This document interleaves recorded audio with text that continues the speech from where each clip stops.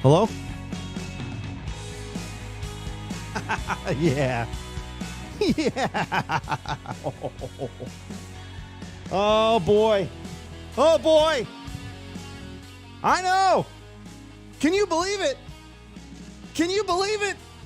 100,000 subscribers. Are you kidding me?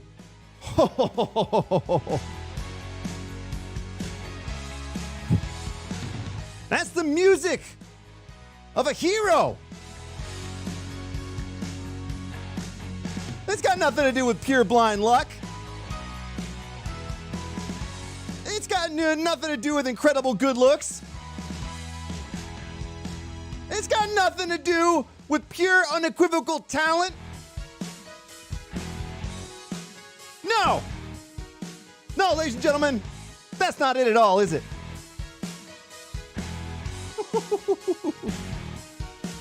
All right.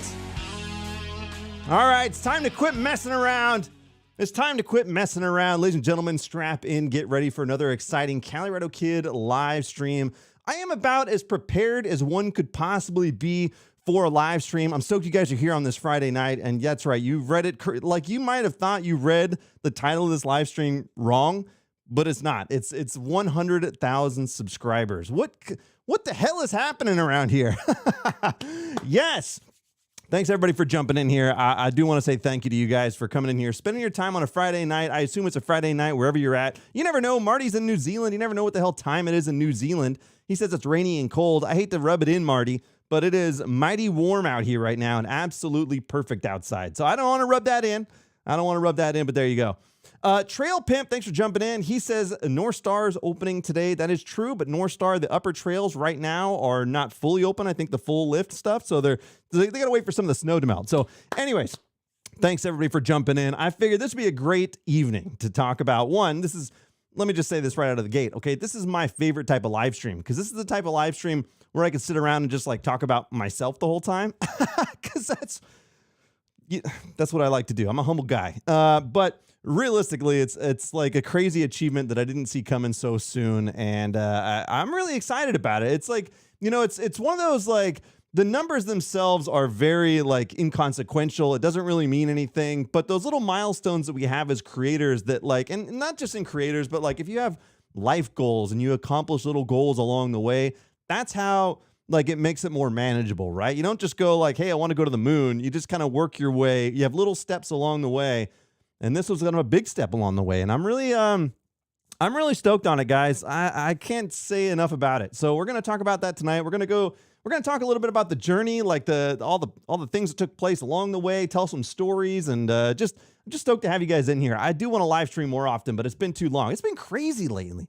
It's been crazy. And yes, we're going to hang out. Like we're going to do all kinds of questions in chat and things like that. We're going to do some giveaways tonight. I do want to take a moment to thank a couple people. One, obviously, Everyman Jack, one of my favorite products in the business. They have been super supportive of what I've been doing. They're on board. And as soon as I hit them up, I was like, hey, are you guys cool if we just give some stuff away during the live stream tonight? They're like, yeah, 100%, whatever. So we're going to do it. They're great. They're really like about sustainability. They're an outdoor focused company. So it fits hand in hand. And they let me do whatever the hell I want, surprisingly enough. So it's, can you guys believe it? Like, did you guys see the video I made where it's like mountain bike jousting with the deodorant? They approved of that. I mean, so there you go. I mean, how stoked can you be? And then, of course, Chamois Butter is on board as well. They've been incredible. Like, realistically, when I made that chamois butter popcorn and tagged them in it, they cracked up at the thing. And then, of course, we've got a good relationship since then. And I ran into her at Sea Otter. They were doing the races out there. But it's been a situation where it's like anytime I need a little assistance or something to help out you guys, they're on board 100% every time. Like, for example, we did a live stream with MTB NorCal prior to Dirt Days up at Crooked Lane, the brewery up in Auburn. And I just reached out to her. I said, hey, I reached out to Chamois Butter. I said, look, do you guys want to sponsor like the first round? So if people come into the live stream, we're broadcasting live from the brewery. Are you guys cool? And they're like, yeah, we got it. So those little things that support, like oftentimes it's nice now that I've made it to international superstardom because I can leverage those things to help you guys or other people. Like, cause like it's, yeah, like they're buying the round of beers. Just come in and have fun. You know what I mean? Like that's what I want to use this power for. I don't always need more stuff now. So like I want to leverage all that power to help everyone else. So trust me, there'll be more stuff along those lines soon. I do want to do more kind of giveaways and leverage some of that stuff. I'm actually working on some stuff with stands right now. So that's going to be in the works as well. So keep an eye out for that stuff. I just want to talk about it. And Worldwide Cyclery has been an incredible supporter of the channel, guys. You guys know Worldwide Cyclery, Jeff, Jared, the crew, incredible creators. They make content and they sell bike products and bikes and all that stuff. So the partnership is a match made in heaven. It's been great. Like those guys are rad. Except, look, I'm not really excited about the fact that they're out riding like Whistler right now and they didn't bring me. Okay, I got a beef. So maybe I'm just gonna DM competitive cyclists right now. Okay, done. Message sent. We're gonna see how maybe they'll invite me to Whistler, but maybe not. All right. Anyways, and of course, Trail Monos, awesome guys. The Calirado Kid gloves are a real thing. I don't know if people actually believed me when we launched these. The video did surprisingly well. It's like 170,000 something views on IG alone. Surprisingly well, because it's ridiculous. It's a ridiculous concept. The mountain bike excuses gloves, but I was a huge fan. Now, the reason why this came about, we're gonna address chat in a second. The reason why this came about is Nick from Trail Monos shot me a message, and he shot me a message with like a mock-up of the Mustache. And right away, as soon as he sent it, I always like it when people take that initiative. He was super cool. And I was like, yes. So then it was a matter of coming up with a concept stupid enough that the Calirado Kid brand would go on it. And that was it. The Mountain Bike Excuses Calirado Kid gloves. So he has agreed that we're going to give away a couple pairs of gloves tonight as well. So Trail Monos, if you guys aren't following them already, again, there's so many great companies out there now, and they're all doing rad stuff. But I've been fortunate enough to work with these ones right here, and I'm stoked on it. And they help this all make sense. Now it does take a lot of time. And, anyways, let's get right into it. It's the mustache. Yeah, what did I say in the post for this live stream or when I reached 100,000 subscribers? I said it was like 82% luck and then 13% talent and 1% mustache. I don't think the numbers match up to what it actually is, but there you go. All right, who's in here? There's so many people. Thank you guys for, again, wasting time with me on a Friday night. I just can't believe it. So we're going to talk about, I want to bring up some old videos and stuff tonight and like kind of show like the evolution. Like if you guys, some of you guys have been around for a long time, some of you guys haven't, but it's just, it's been funny to me and I dig it, man. It's been a wild journey and we're just getting started, but again, inconsequent, like it doesn't really mean anything, but it's a good chance to sit here and celebrate and I'm stoked on it. So anyways, yeah, David came by. That's right. David came by the bar and he got a free beer. He says, I enjoyed the free beer. Yeah. So I'm hoping to do like more events like that in the future. The hard part, of course, is a lot of you guys are spread out, but that doesn't, I mean, that's not a bad thing. Like, for example, Marty, Octodad, he's out in New Zealand. I found out there was people in Sweden and some other places, like just all over the place that picked up my gloves. And I was like, oh man, that's so awesome. I wish I knew who it was so I could say thank you because like the shipping costs must have been monumental. But that's so cool. That's like, and I get it. Like some people are like, they hit me up and they're like, hey, shipping's a little much, like, because they lived overseas or whatever. I was like, I get it. Like, I just appreciate you looking. No worries at all. But I thought that was interesting. Anyways, so we're getting distracted already. We're getting distracted already. This is great. Tim Miller's in here. What's up, Tim? Good to see you, buddy. Bikesum is in here. I miss me some Bikesum. I got to ride with Bikesum real soon. We're going to talk about some events that are going on this, but more importantly, we're talking about 100,000, aren't we? We're talking about 100,000. Who would have thought? So as a side note, now that you guys are jumping in here, here's something that's pretty rad, okay? Like I didn't realize that YouTube would be so fast by delivering the silver play button. Like I knew that I had a sneaking suspicion that I would get one at 100,000, but everyone told me that you had to wait like weeks to like get the email and then shoot the order and then they get it to you and all that stuff. Like I thought it was going to take a while, but I got a delivery in the mail today and like, I can't believe it showed up so fast. Look at this. I mean, that's incredible. Although, wait a minute. I think, wait a minute. I think they spelled Calirado Kid wrong.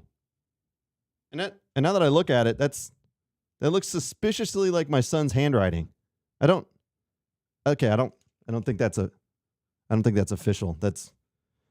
It had me for a second, but I actually, okay, well, maybe we'll wait for the official one. Okay. And then when I get it displayed in the shed, we'll put it on display. Okay. Yeah. That's not, I don't think that's an official play button. Do you guys, that's like, okay. All right.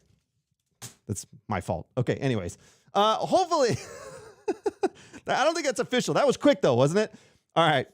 Yeah, it protects you from 5G as well, just in case there's any radio waves. If you guys ever remember that movie Signs and they put aluminum foil on their heads, I think that's what Joe's referring to right there. The good Joe is in here. Thanks for jumping in, buddy. Side note, I figure we jump right in and do our first giveaway of the night. We're going to make this one easy, ladies and gentlemen. We're going to do a little Everyman Jack prize pack, and this is going to be easy. All you got to do is type the first person that I see in the chat that types Everyman Jack is going to get something. All right. So I don't have it in house. They're going to ship it from their side. But anyways, all you got to do is it's going to go by my screen because I don't know if there's lags or anything on everybody else's chat. So I'll go by whatever I see on my screen. And then whoever types Everyman Jack first will get something. So there you go. All right. Thanks again for jumping in on this Friday night, guys. 100,000 subscriber live stream. It's been a mighty journey. A mighty journey. Blue Ridge Bike says, love your video so much. Thank you so much, guys. You know, it's funny because, boom, Justin Batzel got it. Justin Batzel on my screen is the first one. Justin, what I need you to do, the easiest way is you can either shoot me an email or you can just message me on Instagram and say you won, Justin Batzel. I'm going to try to make notes, but I'm kind of the worst at this stuff. But I'll remember, and all you got to do is say just, hey, I got there first, Justin Batzel, and we'll get you all set up. All right? Sound good? Easy. See, I'm making a note. So I'm leaving it up to you to just reach out to me, okay? Just to reach out to me. Okay, hold on. I can't type. I should have got a note, like a notepad, and then I could have been a lot more organized. But there you go. I know. That's why I said we got to go by what I see on my screen, because my screen might be different than yours. Oh, wait a minute. No, wait a minute. I am wrong. Holy crap. I apologize. Justin, you might have another chance, but Nevada City Kiddo did get to it first. This is why I never do giveaways, because I'm the worst. All right, sorry. Nevada City Kiddo. And I'm going to give one to Justin Batzel also, too, because I did it wrong. All right, so I'm giving it to you both. All right, we're just going to call it like that. That makes it easier, doesn't it? All right, cool. We're back on track. Same thing goes to you, Nevada City Kiddo. Send me a message on IG. That's the easiest way. If you guys don't have IG, you can shoot me an email, thecaliradokid@gmail.com. Now, can we talk about that for a second? Let's talk about the evolution of the channel, right?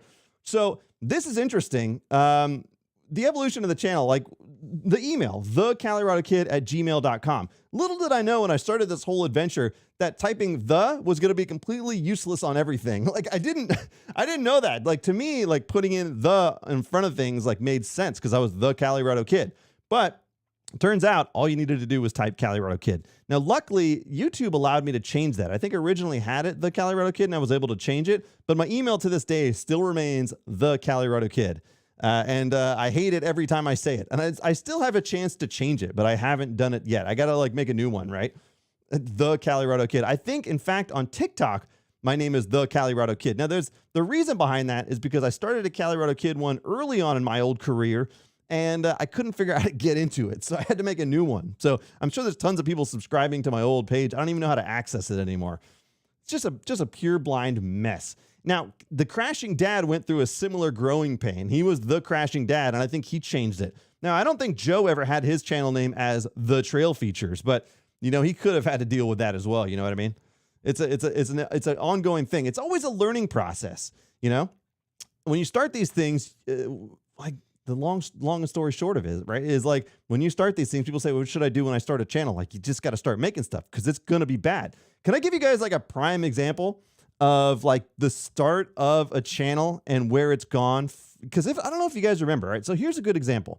All right. When I first started this channel, I had no subscribers, obviously. And the video that I first uploaded, it still has like sub 600 views, I think. Can I bring a screen sharing thing in here? Let's see. Okay, wait, hold on. There we go. So we're looking at our numbers. Boom. So if you look like at like the beginning of the channel and look at this back when I used to make full videos. Now I've done a few recently, but man, oh man, time is of the essence these days. It's so hard to make this stuff. But I still never really mastered the thumbnail game. It was never my strong suit. In fact, you can see like way back in the day, it's pretty bad. It's pretty bad. I was learning. I was doing little things here and there. Now, one thing I'm proud of is that there is a pretty monumentous beard early on in the channel. I mean, this thing was out of control, but let's scroll all the way back, shall we, to the very first Calirado Kid upload on YouTube. And currently it sits at 675 views to this day. And I think this is interesting. Like the idea of harnessing your intros and learning from your mistakes and things like that, you will see that the Calirado Kid persona had not formed yet. I was still very uncomfortable in front of the camera. I didn't quite know what to do. And really, a lot of this stuff was just me like seeing what Brian did, the old BKXC, and just trying to do that. You know what I mean? So like, that's all I knew when I started this thing. I didn't know any mountain bikers really. I barely even knew how to mountain bike. But look at this gorgeous beard. And let's jump right. Let's see if we can actually get the audio to work here. I think I know what I'm doing. All right, stand by. You guys let me know if you can't hear it, okay? Here we go. All right. Today we're out at Skyline Wilderness Park out in Napa, and the game plan today is trying to catch a fish. This is fishing on a mountain bike round 2. I got the fishing rod in the pack, and I got a few worms. Nothing crazy. I didn't plan this very well, but my understanding is there is something called... First of all, why am I so out of breath? Like, I'm just standing there. What the hell is going on? And secondarily, goddamn, that beard is gorgeous. All right. Lake Marie, somewhere this way. I'm looking at a map. I'll find it, and I want to throw the rod in and see if I can catch anything today. And if I can't, then there's always a backup plan, which is right here. Just like, and you like wonder why there's not a lot of great views, but this is where it all began, isn't it? Like it's that step of getting the camera and doing something with it. And that was the first step, and like getting out and actually just starting to record. And it wasn't long after that I just started recording everything, right? Like, because that's what we did. We just grabbed our GoPros and we recorded the ride and we commentated while we recorded. And it got more and more bombastic as we went along. But you can see here, like, there's not a lot. Somebody's got to explain this to me. It's almost like there needs to be a sign here. What's going on in this pond here? I don't know. What's going on in this pond here? Now, still absolutely gorgeous. But, you know, like you can see just still like becoming to terms with this whole thing. Now, as you see the videos progress, you start to see like me get a little bit more comfortable in front of the camera. And I start to do a little bit more bits and stuff. And I think like, did I do like a 2-part series? I legit did a 2-part series once. And this is sitting at a whopping 225 views here. But this is a part 2 of a part 1 that nobody ever watched. Okay, you ready? And so wait. Welcome back to episode 2 of my Nevada City ride with MTB NorCal. Yeah. If you missed last week, you missed some great moments, such as me confronting one of my greatest fears, me going the wrong way down a trail. The adventure began. This bike is feeling good, and I went the wrong way already. And me making a bad joke. Well, they call me the Calirado Kid, man. I'm a legend in my own mind. Right on. As we all should be. On today's... And that's where it began, ladies and gentlemen. That's where it began. I'm pretty sure that is the first time, maybe the second time that I ever said a legend in my own mind. And it has become a catchphrase ever since the Calirado Kid channel has started. Like, to me, like it's, look at the beard. It's just sitting there right in front of you guys. The legend in my own mind has always been the truth. Now, it was interesting getting started and like getting all this stuff rocking and rolling, and then it started to blossom. And I made this video, which was basically like, welcome to the Calirado Kid. Basically, the idea was that like, you've seen me in a bunch of other cameos, and now it's time for me to start my own channel. I don't know if you guys remember any of this stuff. Look at this, like, look at the lighting, so good. Oh God, how do you play something here? Hey, how you doing? I'm the Calirado Kid.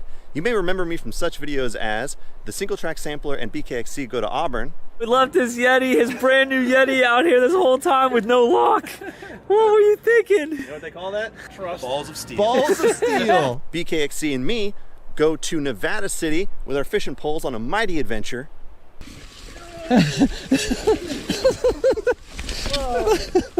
Of course, my wonderful appearance in the BKXC Patreon ride at Rockville. Perfect.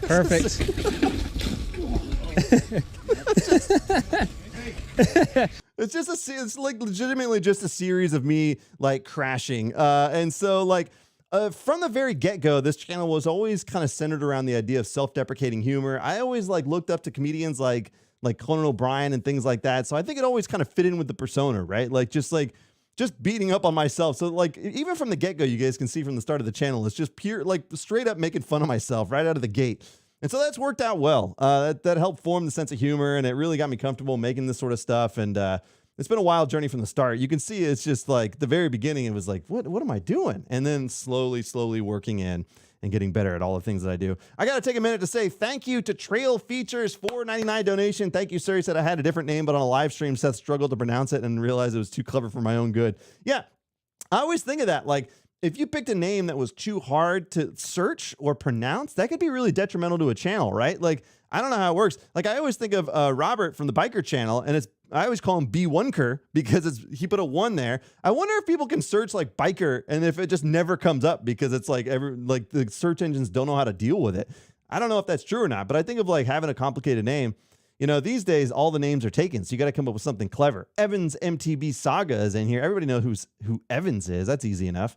That's a good name, a good catchy name. But I always thought at the start of the channel when I was figuring out a name for everything, and it was like I wish I had like a sketchbook of all the ideas I came up with prior to that. Because then, like at the time, there was guys like Single Track Sampler and Seth's Bike Hacks and all these things, and I was trying to think of a catchy name, something that like was some sort of play on words with a bike thing, like a spoken joke or so. You know what? I'm not saying that was one of them, but I'm just saying like it was something like that. And somehow, some way, the universe drifted me to Calirado Kid, and like that thing is catchy as hell, man. Like people can scream it across the plains at a mountain bike festival, and I'll hear it. Okay, I got ears like a hawk, and so it's been good. It's been good. Kara, thank you so much for the $3 donation. I really do appreciate that. I appreciate you guys spending time with me on a Friday night and celebrating with me with this fancy silver play button I already got. Can you believe YouTube's so fast at this stuff? It's unbelievable. It's unbelievable. I know Evan still calls him B1 Biker. Oh, okay. I call him B1ker, but he's incredible. He's crippin'. Yeah, I'm just dropping all kinds of names. Brendan is in here. Outside Brendan, bring back the beard, but only to the left side. Oh, the saga continued. I don't know if you guys remember why I had the mustache. Okay, so this is very early on, and this is still like, I think the Crashing Dad actually deleted the original music video that he made about that saga. But I wish it was still up because I'm still like, there was a great song that he made. But like basically, hold on, let me see if I can find this. Stand by. I'm going to scroll up a little bit as we transport ourselves into the future of Calirado Kid history. As a side note, I think about like as I look back on the channel, I started it basically right before COVID started. So it was years of like making content like, you know, during that time. What a weird, like I'm looking back at these videos. I remember I made like, and let me kind of share the screen again. I remember, hold on, stand by. I remember in this video, I think I made the Calirado Kid social distancing measuring device. And this was a ride in Rockville. Going for technical challenge number 1. And this is classic. Oh. This is gonna be that kind of day. I think at the time, like I just thought like, hey, you know what? Like every channel really focuses on how good of a rider they are. And I really want to kind of just go a different direction here. So that's kind of how it ended up. But I definitely, where am I scrolling through here? There's a, yeah, hold on. Here you go. You ready? Okay, stand by. This is the Calirado Kid social distancing measuring device. I don't know if you guys remember this. Stand by. Okay, here we go. Right here. Boom. Let's play. It's Corona. Oh, Jesus. Hey, Joe. Yeah. Help a brother out here. Want to make sure I'm maintaining the proper distance. Confirmed. All right, thank you.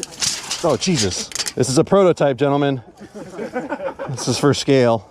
Scientifically calibrated to Yeah. the angle of the camera. Angle the dangle. Wait a minute. That's not right, is it, Matt? No, it's more like that. Oh, okay, all right. Yes. Now, I don't know if Oh, just making phallic jokes left and right.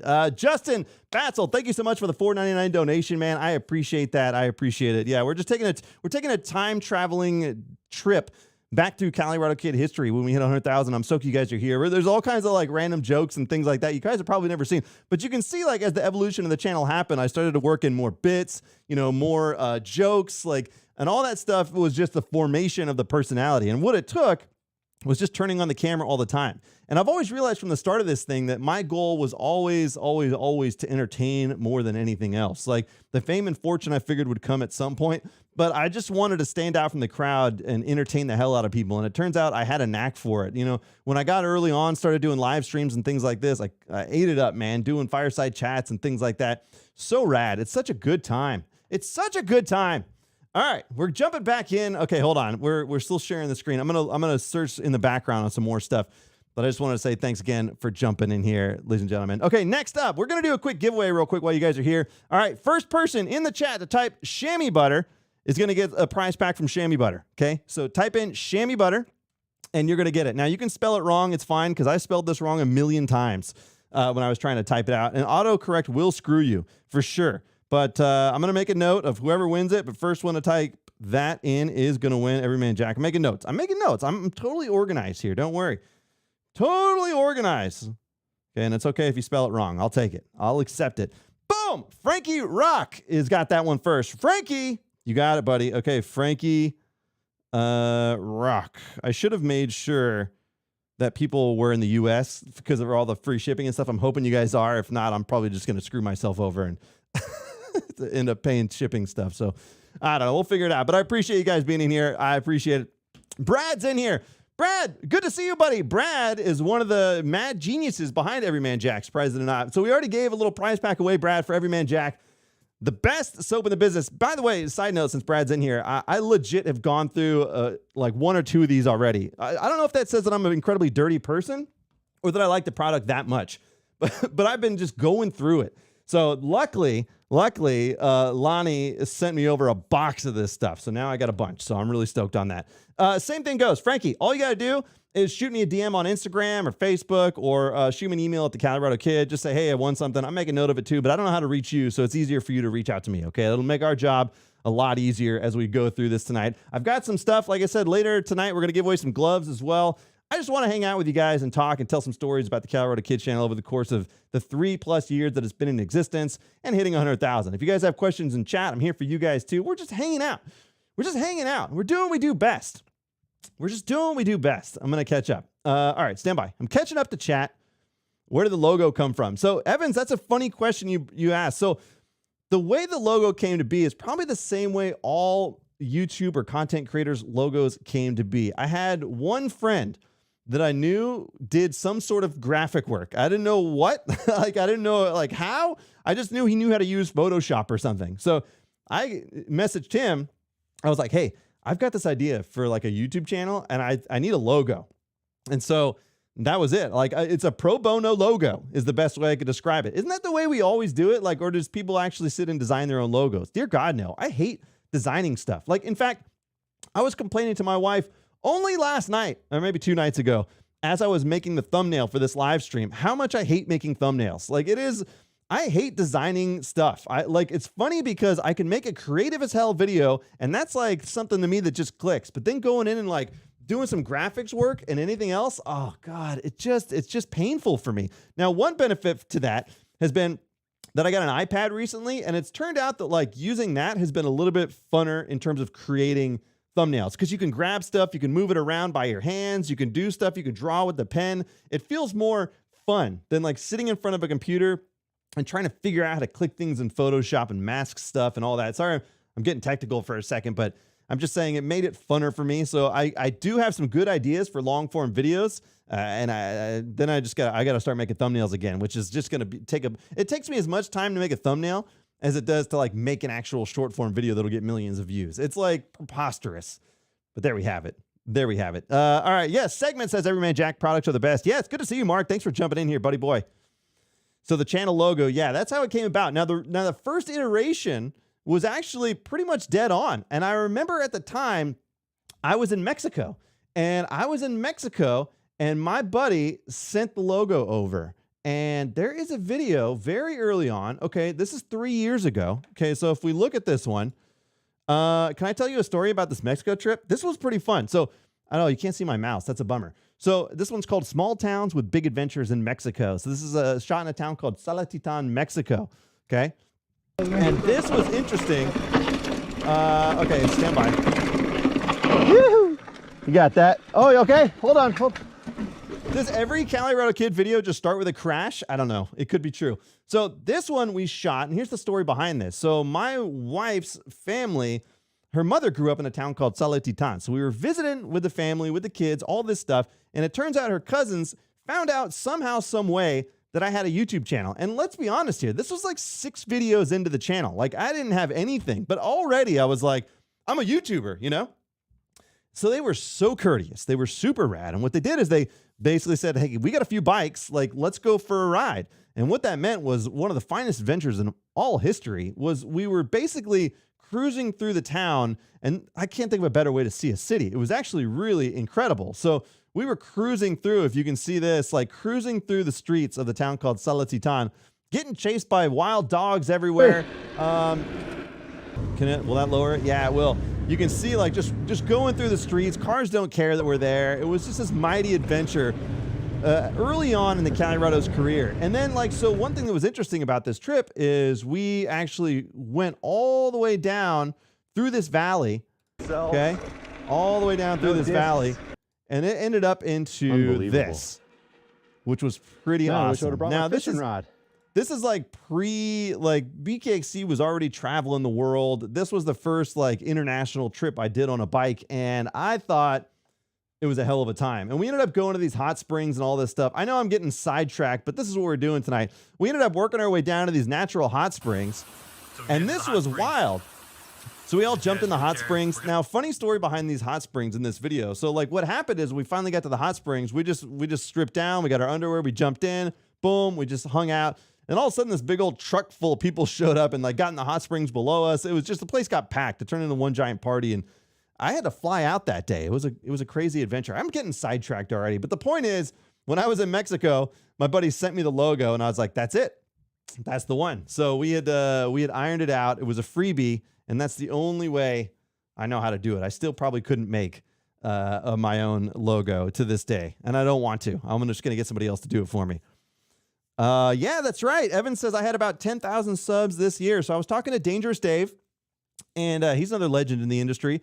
And he wanted to see my 365-day statistics. And yeah, it was about 90,000 subscribers gained in 365 days. So not too bad. I still feel a bit like a cheater with the short form content. I do want to make more long form content, but I'm going to be honest with you, man. I put a lot of work into this short form stuff. So it's like, I'm stoked that it's paying off. I'm stoked that it's paying off, but there you go. All right. I would love to hear the story. Is the bike okay video? Oh, David. Yeah, that's a good one. Okay. So this is what we're here for. We're here telling stories and stuff. We'll go through the history of the channel and all that stuff too. But so if you guys remember the one where I crashed, okay. So this is like, I was out in Auburn. I wanted to go on a casual ride. If you guys remember this video, basically is the bike okay. And you can still see the scar on my arm from this one. I actually have a scar right here too, because I crashed. And it wasn't like a gnarly crash. You know how you always want to like tell your buddies that you sent it over a 20,000 foot gap jump and just landed and just boom, hit it? And that's not what happened at all. I went on a casual ride. I just wanted to go cruise and just pedal. And so as I was riding out in Auburn, I just came across this corner, this flat corner that was just gravelly. And I didn't even lower my dropper post. I was just cruising along and just like, you know how that happens when you're just not paying attention to the bike. The tire slips out from underneath you. And for whatever reason, it was not a graceful fall. Like I went over the bars, like basically chest first, basically Superman posed it onto the ground like this. This whole side of the body took the impact. And like, it was one of the few times that the wind got knocked out of me. Like I was just like, that's a dramatic reenaction. If I was ever to do this for like investigative reporting, like reenactment, that would be it. Like, it's pretty good, right? That's why I land all these acting jobs. But I landed there, boom, just destroyed, sitting on the side of the trail. And as expected, this is the like the pure inspiration behind this. Somebody comes down the hill. The guy rides up to me and I'm just covered in blood at this point, like just messed up. And he's like, "Hey, you okay?" I'm like, "Yeah, I'm good." And he's like, "Okay." And he just takes off. So I was like, wait a minute. That's not bad. So as I like stumbled my way back to the truck, I worked my way back. I took some water and just washed it off a bit because I was just covered in mud and blood basically. And so then I was like, wait a minute, that was like pure inspiration. That the perfect timing. So I was like, what happens if your buddy just like doesn't care when you crash? And I thought about it and I'm like, now that I think about it, anytime any of my buddies have crashed, I'm like, you good? Like, and that's all the help I've ever offered. And like, I've never, you know what I mean? Unless they're like, they don't get up, you know, other than that. But like, then it's like, yeah, how's the bike though? Is it good? And so as I thought about that and as it was happening in real time, I was like, all right, I'm going to go shoot it. So I walked up from the truck. It took me a while to shoot that. I had shot the injured guy's side, and then I shot the other guy's side. And as I shot the guy who rides up to this video, if you guys remember this one, as I shot the side of the guy that rides up, and I'll bring up the video actually so we have a reference point. But as I shot that, I realized I need a little bit more comedic crying from the other side. So I had to go redo the first side. And so like, I was out there filming for probably about 2 hours to actually pull that off because I had to redo it a couple times. But I'm going to find it right now. Stand by. All right, hold on. And we're going to share it together. You guys might remember some of this, but sometimes I forget that I know all my videos by heart, and you guys probably don't, and you don't need to. It's totally fine. But like, look at this, 10 million views. I forgot this thing had 10 million views. Look at this thing. All right, here we go. Let me see if I can click it, and then we'll. Whoa, buddy, did you crash? Yeah, I just got in a wreck. Doing okay? I don't know, it's bleeding a lot. I could probably use a Band-Aid. Perfect. Good to hear you're doing just fine. More importantly, how's the bike? The bike? The bike seems fine. Are your handlebars on straight? Yeah, the handlebars are still straight. Tire pressure still holding up? Yeah, there's still air in the tires, yeah. And how's the chain looking? Still on the bike? Oh, yeah, the chain's on just fine. Beautiful. I think you're good to go, bud. I'll see you on the trail. Now, to this day, I swear to you, like every day there's somebody that a comment pops in like, that's fake, or is that a real cut? Like to this day, almost every day there's a new comment there popping into that video. So the people are still finding it. Like I said, it's about to hit 10 million. It's at 9.9 million right now, just on this platform alone. I think it did over a couple million on Instagram. Now, the funny story behind that video is that TikTok actually marked it as graphic and wouldn't show it. So I tried to upload it more than once because I knew it was a hit, a surefire hit. And TikTok just kept blocking it. And they threatened to like close my account if I tried one more time. I was like, okay, I'm backing off. I'll take it easy. But there are so many people in this world, on the planet, that think that this is a fake industry, like an injury, or they think I'm a complete buffoon for filming while injured. But like, I washed it off with water, like, which is pretty sanitary as far as I can tell. It was like bottled water, so pretty sanitary. That might as well be like a medical procedure.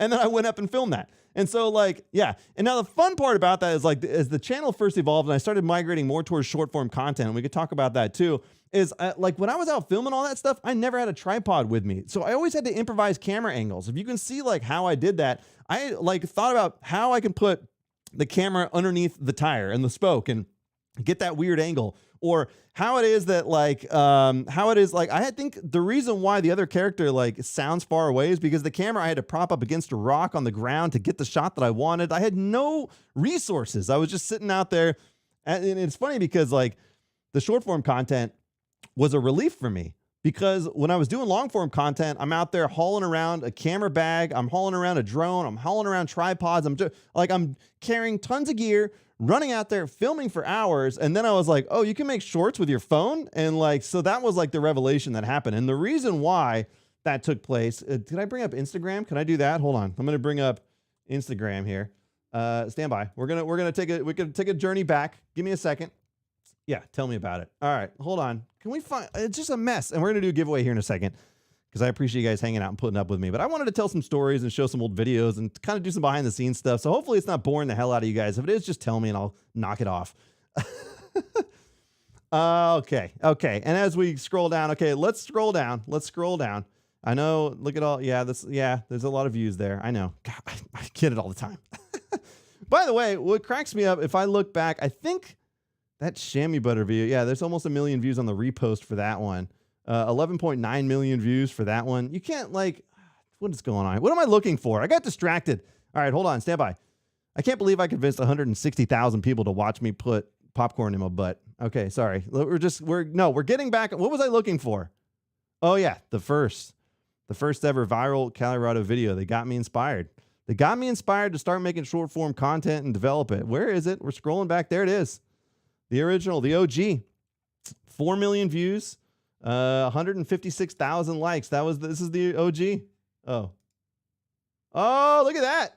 This is why I started using my own audio, because Instagram started pulling my reels. They started pulling the audio out of my reels, and it drove me crazy. And because I spent a bunch of time, like, this isn't a masterpiece or anything, but I spent a bunch of time putting music on stuff and putting it together, and then they would just pull the audio out of it. So I was like, it just drove me crazy. So that's why I started using the music service.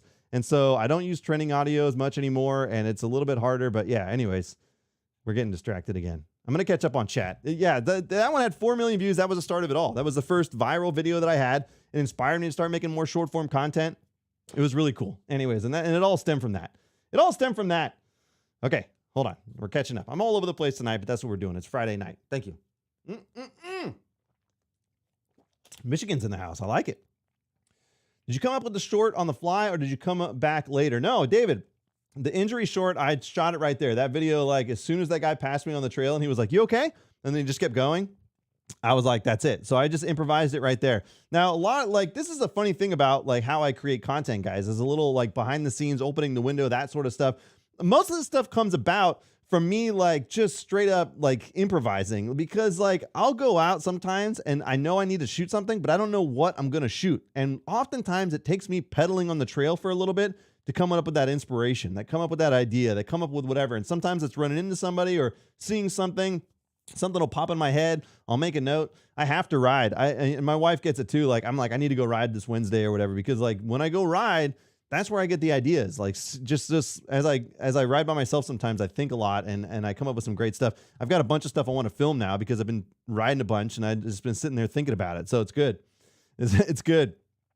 Play the first viral one. I know, man, I'm bummed. There's no audio on it now. So I think I could go to YouTube and play it, but it cuts me off. So like if you look at this one, for example. Hey, how much dampening do you have? Oh, that's not it. Sorry, hold on. Yeah, that's the OG right there.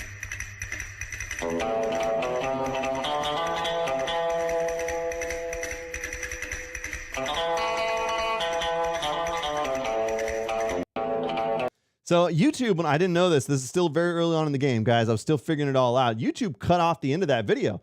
So like it hit 4 million on IG. That was the first time I really got experience with like seeing like different languages. Like at that point, like the only people following me were people that knew who I was, right? And at that point, it was crazy. So that was like the first thing that I saw that I started seeing like different languages, different countries sharing it, all that stuff. And it gave me the spark. It gave me the inspiration to do more of it. And the rest is history.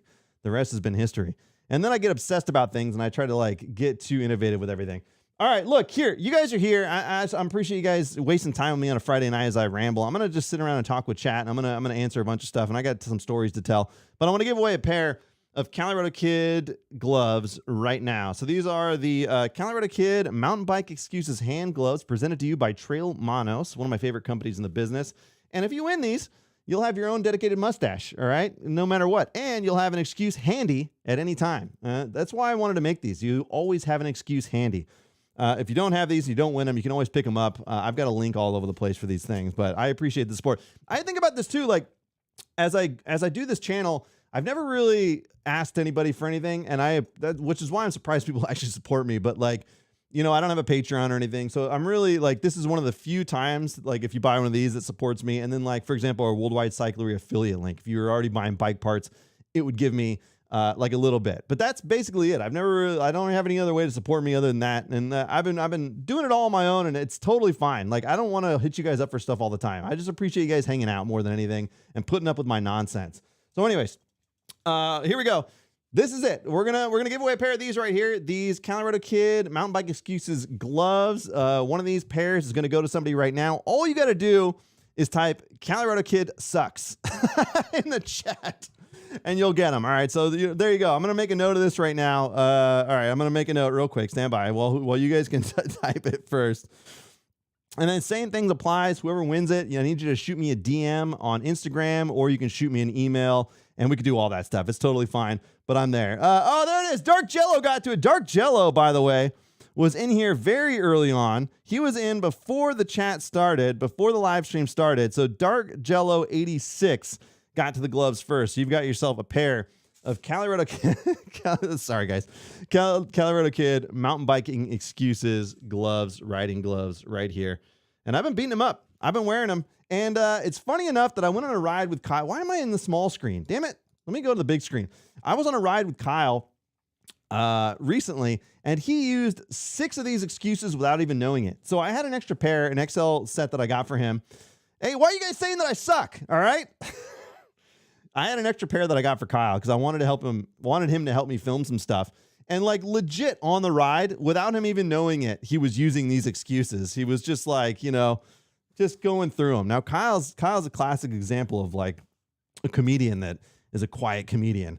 But I was like, Kyle, you realize you just used about 8 of the excuses that I have on the gloves.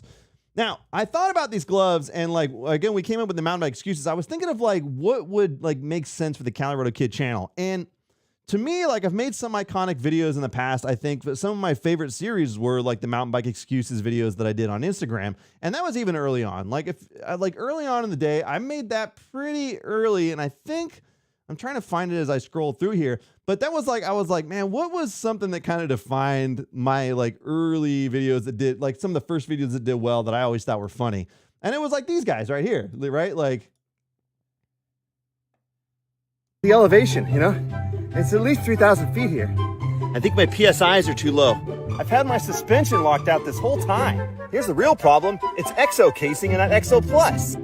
Too much air pressure, yeah. Here's the deal. I rode like 3 days ago, and my legs are still pretty sore, so... Yeah. I think I gotta let some air out. Yeah. I let too much air out. Too much. I didn't stretch this morning. I didn't stretch. The hammies. I can feel it in the hammies. You gotta feel the hammies. You know what it is? I should be running a 2.5. Okay, sorry. Yeah. So, well, I made like a series of mountain bike excuses videos, so I thought that'd be funny as hell. Like, and it's pure ridiculousness. And again, I'm really surprised that people supported it as much as they did, but I'm really appreciative of it. Again, no pressure whatsoever to buy the gloves, but like, I just like the fact that people liked the video and shared it was like funny to me because I put it. I don't know. Anyways, I don't want to talk about me too much. What am I kidding? This whole night is about talking about me. We hit 100,000. Did you guys see that just jumped in? Did you guys see the YouTube got me my play button already? Like, it's incredible, isn't it? Like, look at this thing. It looks like tinfoil, though. I don't know how much time and money they spent on this thing, but I can tell you one thing. They spelled Calirado Kid wrong, and it suspiciously looks like my son's handwriting. But other than that, I'm pretty sure that's official. I'm pretty sure that's an official thing. What do you guys think? Oh, man, I love it. I know. So like the trick is with the giveaways, I'm just gonna try and go by my screen. Whatever I see first is just gonna go. So we're gonna do some more stuff anyways. I got more giveaways for you guys. So I'm just stoked you guys are here hanging out. And Women's MTB Network is in here. Excellent. I can't believe you guys are in here wasting time with me on a Friday night. I'm so stoked on that. All right. Oh, yes. Okay. So hold on. I'm catching up with chat. So if we have any specific questions about the history of the channel and anything like that, happy to answer them. We're going to be going through some stuff. It's amazing how quick time goes by when you're live streaming, but there's a bunch of mountain bike stuff we actually have to talk about tonight. And I've got some fun things that are happening. And can I tell you about it? All right. Frankie, thanks, brother. And you won something, so make sure you shoot me a DM, okay? I appreciate you jumping in here. Yes, and Tim Miller gets it. That is a Primus reference. I had some coworkers recently, they were like, what is this music? And I was like, it's Primus. They're like, you don't know who Primus is? I'm like, no. But Primus's thing was like, they used to just say Primus sucks all the time. And so like they kind of, again, self-deprecating humor has always been the thing. Always been the thing. It looks fake. I know. Okay, so stand by. We're catching up with everything. Now, there was a phase in the Calirado Kid channel where I was really, I don't know if I can find these videos, but I started like singing in every video. I don't know if you guys remember this, but I remember if I can find this video specifically. I went through a phase where I started coming up with mountain bike related songs. And I thought, you know, this is going to be the next big thing. This is really what's going to like make me take off as a creator. And this is it. Like, I'm not gonna lie. Can I tell you guys the truth? I still hum this song every now and then. Okay, hold on. Let me back up here. All right, you ready? Riding our way through Tahoe, making a really cool video. You're hanging out with the Calirado Kid. If you haven't subscribed, you totally should.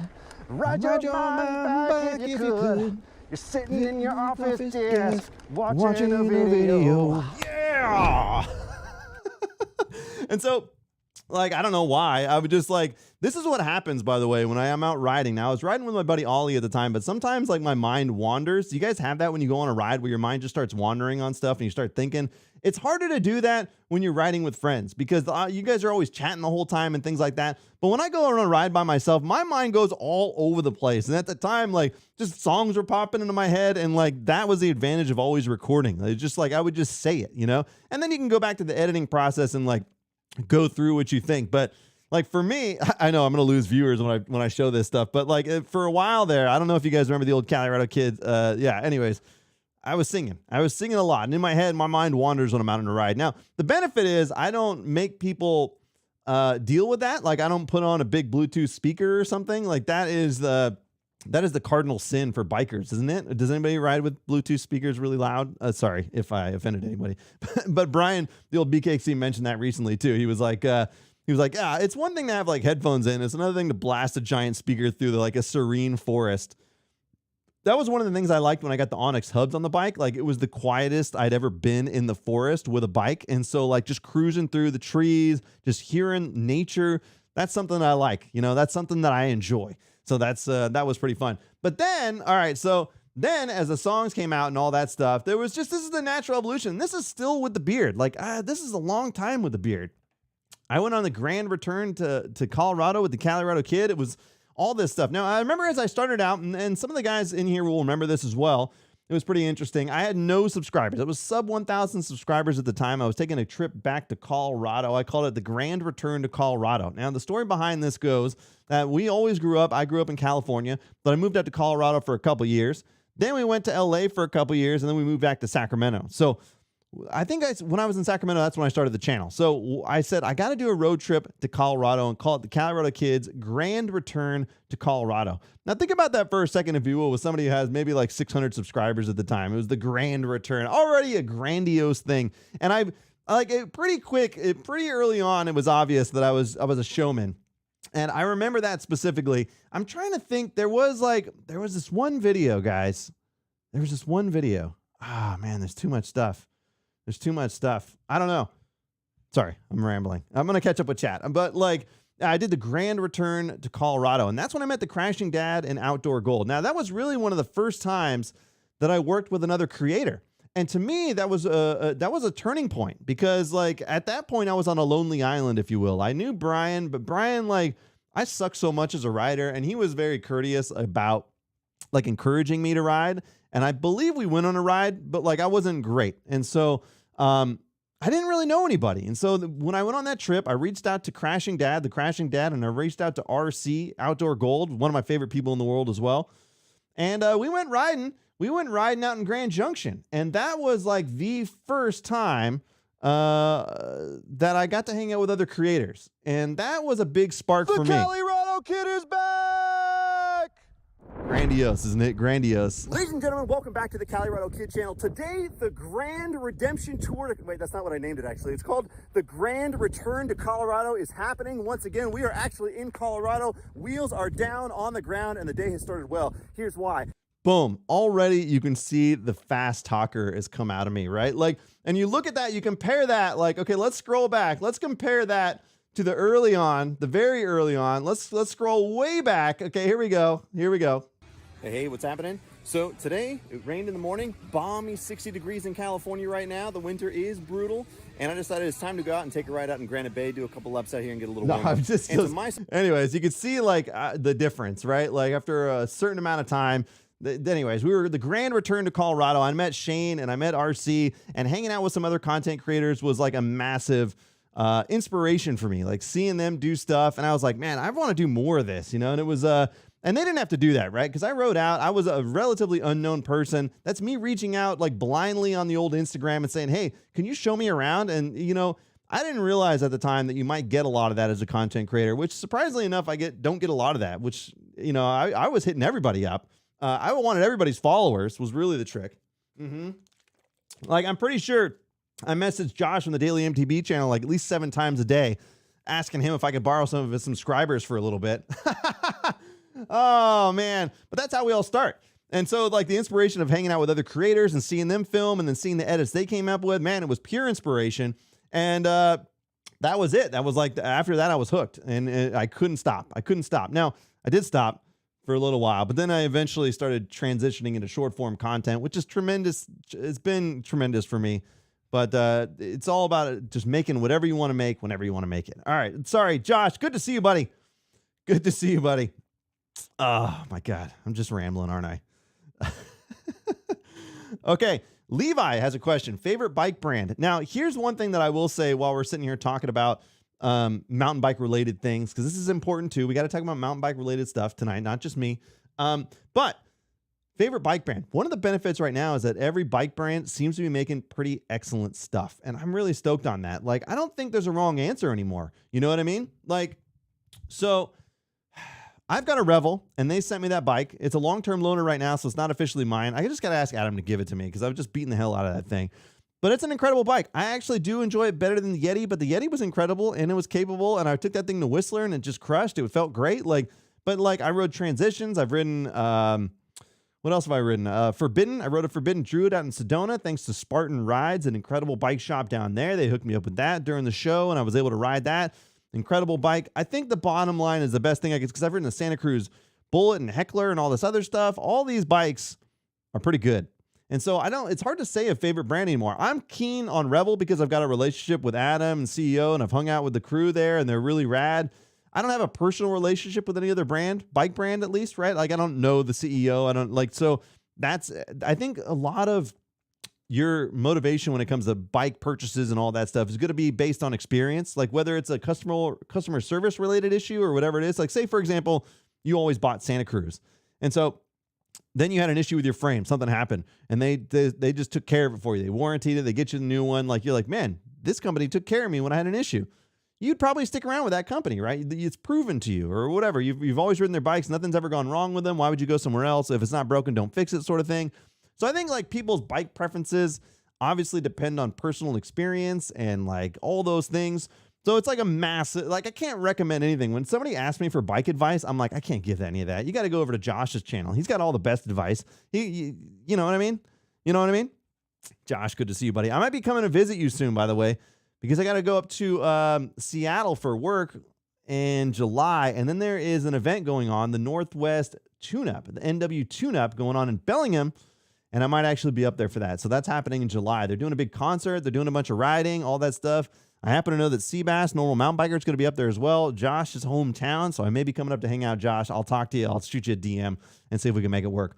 One fun announcement, too, and I talked about this on social media, ladies and gentlemen. I am going to be making a trip out to Spain this year, and it is going to be out in the Basque country. Now, the decision was made early on when basically like Brian announced that he was going to go out there, and I was like, dude, to me, like that's one of the places he said is some of the best riding he's ever done in the world. And I was like, I got to go. Like, because still to this day, like the Crested Butte trip I took with Chasing Epic is one of my favorite adventures. Like just going out, having somebody else deal with all the planning and you just show up and ride. That's my kind of adventure. So we're going to go ride Spain in October. And I'm really stoked on that. Like it's been a while. I rode Whistler last year. So it is officially time to get out of the States.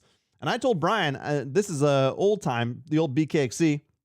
When he rode Spain last time, I went to go look at some of his older videos to get some reference points on what we might be riding. And I looked back at those videos and I discovered that he grew a mustache whilst in Spain. I told him, I messaged him immediately. I was like, look, that's not going to happen again. Okay, there's only going to be one mustache in Spain and it's me. All right. So if you see this guy show up to Spain with a mustache, that's it. All right. We're going to have problems. Okay. We're going to have a lot of problems.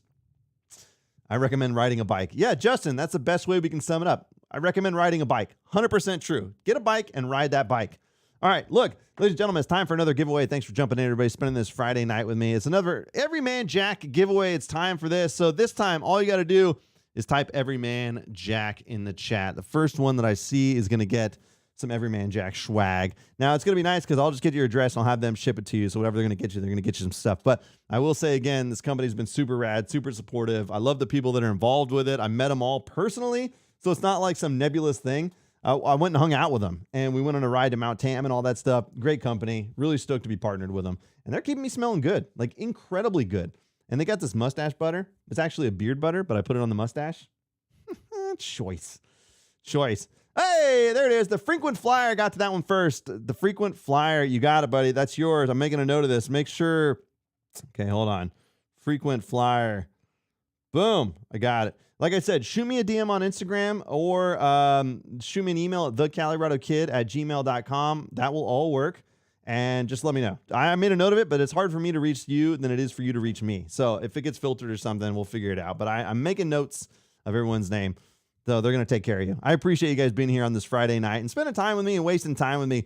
Trail Monster, thank you so much, brother. $5 says congrats on the 100K. Got to see you blow up basically since the beginning. Keep it up, my guy. Yeah, Trail Monster's been around since the beginning. There's some people that have been putting up with my bad jokes for a really long time. Josh, now that you're here, by the way, did you see they sent me the silver play button already? Did you see this? I can't believe they got it to me so fast because I just got 100,000 subscribers this last weekend, but they already sent me the silver plaque, which like Brian said it would take weeks to get here, but they got it here. Weird that they spelled my name wrong, but I don't know. It's pretty impressive. I'm really stoked on that. Yes, please don't jack every man. Oh God, you're right, Jay. That's a great point. You can't say that backwards, can you? No, you can't. You influenced me on Wednesday with those cryptotals. Just bought a rear. Yeah, so we were talking out at the trailhead. So okay, let's talk about tires for a second. All right, ladies and gentlemen. So I am not sponsored by Continental, so luckily I can say whatever the hell I want. All right. But they reached out. They sent me a pair of the cryptotals or cryptotals. Can anybody in chat please explain to me how to pronounce the names of these tires? Like, they've gone crazy. Anyways, one day they'll sponsor me and I'll not say that anymore. But the cryptotals or cryptotals or I got a pair of those on the bike, front and rear. Okay, per bike sum, the old Jay's request. I got the downhill casing with the extra soft rubber on these tires. Okay, I'm here to tell you, it was hard to get them on. It was very difficult to get them on the bike. I've heard conflicting stories on different wheel sets that were easier or harder to get them on. These, very difficult. I was screaming obscenities in the front lawn. The neighbors already look at me weird for all the videos that I shoot out there. But this time, especially, they're just staring out their windows like, what is he doing? Anyways, so got the tires on. The first ride I did, you know how like when you throw a new part on the bike, you don't always notice the difference? Like say, for example, you put on the new crankset, like if it's the same length as the old one or whatever, and it, carbon versus, are you really feeling a major difference? Or like, for example, when you put on a new stem, are you really feeling a major difference between stems, things like that? Like most of those parts look cool. And a lot of the time we try to make them cosmetic. So we want to make it like make it match the rest of the bike or whatever. So when I put these tires on and I went for the first ride, I noticed something out of the ordinary, which was that, boom, boy, oh boy, were they grippy. And they were like, they almost added another level of suspension to the bike. So that was like the first, like, it was something that was immediately noticeable compared to the old tire sets that I've ever run. Okay. So I noticed that. And then I really put them like kind of under some duress at a local trail system in Granite Bay where there's a lot of like loose over hard pack and gravelly stuff that I ride through a lot that oftentimes I'm worried I'm just going to wash out the front wheel and like slide out and do one of these, you know? And it was grippy through it. And I was like, whoa, okay, so these are different. And so I have started riding with them and I do like them a lot. I don't know if you could take a glowing endorsement from the Calirado Kid. Like I would never trust me like for anything, but I will say that I noticed it. And I don't really notice a lot of things when I do changes to the bike. So I'm just saying like I did notice a difference. And so I'd love to get those on some more enduro-y style trails. Although, yeah, I didn't take him out to Sedona. I didn't have him when I was in Sedona at the time. One of the added benefits also is the ability to climb up rocks. One of the things I've been doing lately out of Granite Bay is like, out of Granite Bay where we go and ride, there's kind of like rock roll stuff, right? And so instead of just going down them, I've been starting reversing it and trying to go up more of them and develop that punchy leg strength and things like that. So it's like a different style of training on the bike, but it's been fun. And that's the kind of stuff that like some people just love to punish themselves on the climbs. These are like punchy climbs, right? Up the rocks, not like long climbs. Anyways, I've been doing that. And I noticed that with those tires, boy, oh boy, do they hold on. They're like Spider-Man on those things. So versus like the Aggressor, we were talking about it, like the Aggressor on the rear is a good tire. It moves faster. But on that climbing up rocks and stuff, I noticed even in Sedona, it was just slipping in several occasions. Like I don't know that the Cryptototals would have done that. So anyways, does anybody else have experience with those tires? I know Bike Some does. I know Jay does. Goodyear tires. Okay, I bought, Mushy says, I bought Goodyear tires during the pandemic when tires were hard to get. Haven't actually tried them yet, but Wilson, what do you mean you haven't tried them yet? What are you doing with them? You sitting in the garage with all the tires? Because I have. I've got tons of tires in the garage now. It's insane.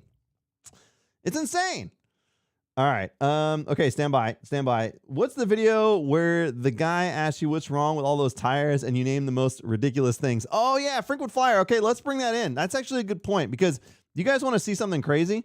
All right, stand by. This is what we're here. I'm stoked you guys are here. Okay, you want to see something crazy? That video is still going absolutely gangbusters on YouTube. That is a favorite of all the people on the internet. I don't know why. I don't know how, but it just passed 13 million views on YouTube.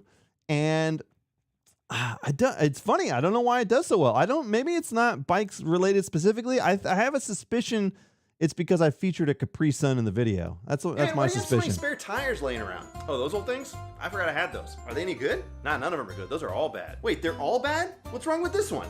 This one's tread pattern's not aggressive enough. Go figure. Because the tire's an aggressor. All right, fair enough. But what about this one? This one's tread pattern's worn down about 1 millimeter too much. Okay, that seems a bit strict, but millimeters what's wrong with matter. This one then? This one's basically brand new, but I got a puncture on a road trip to Whistler, so it's pretty much useless now. That's a true story. Damn. All right, well, do you ever plan on using them again? No, definitely not. They're pretty much ruined. So Yeah, what are you gonna ruined. do? Just throw them all away? Yeah. What?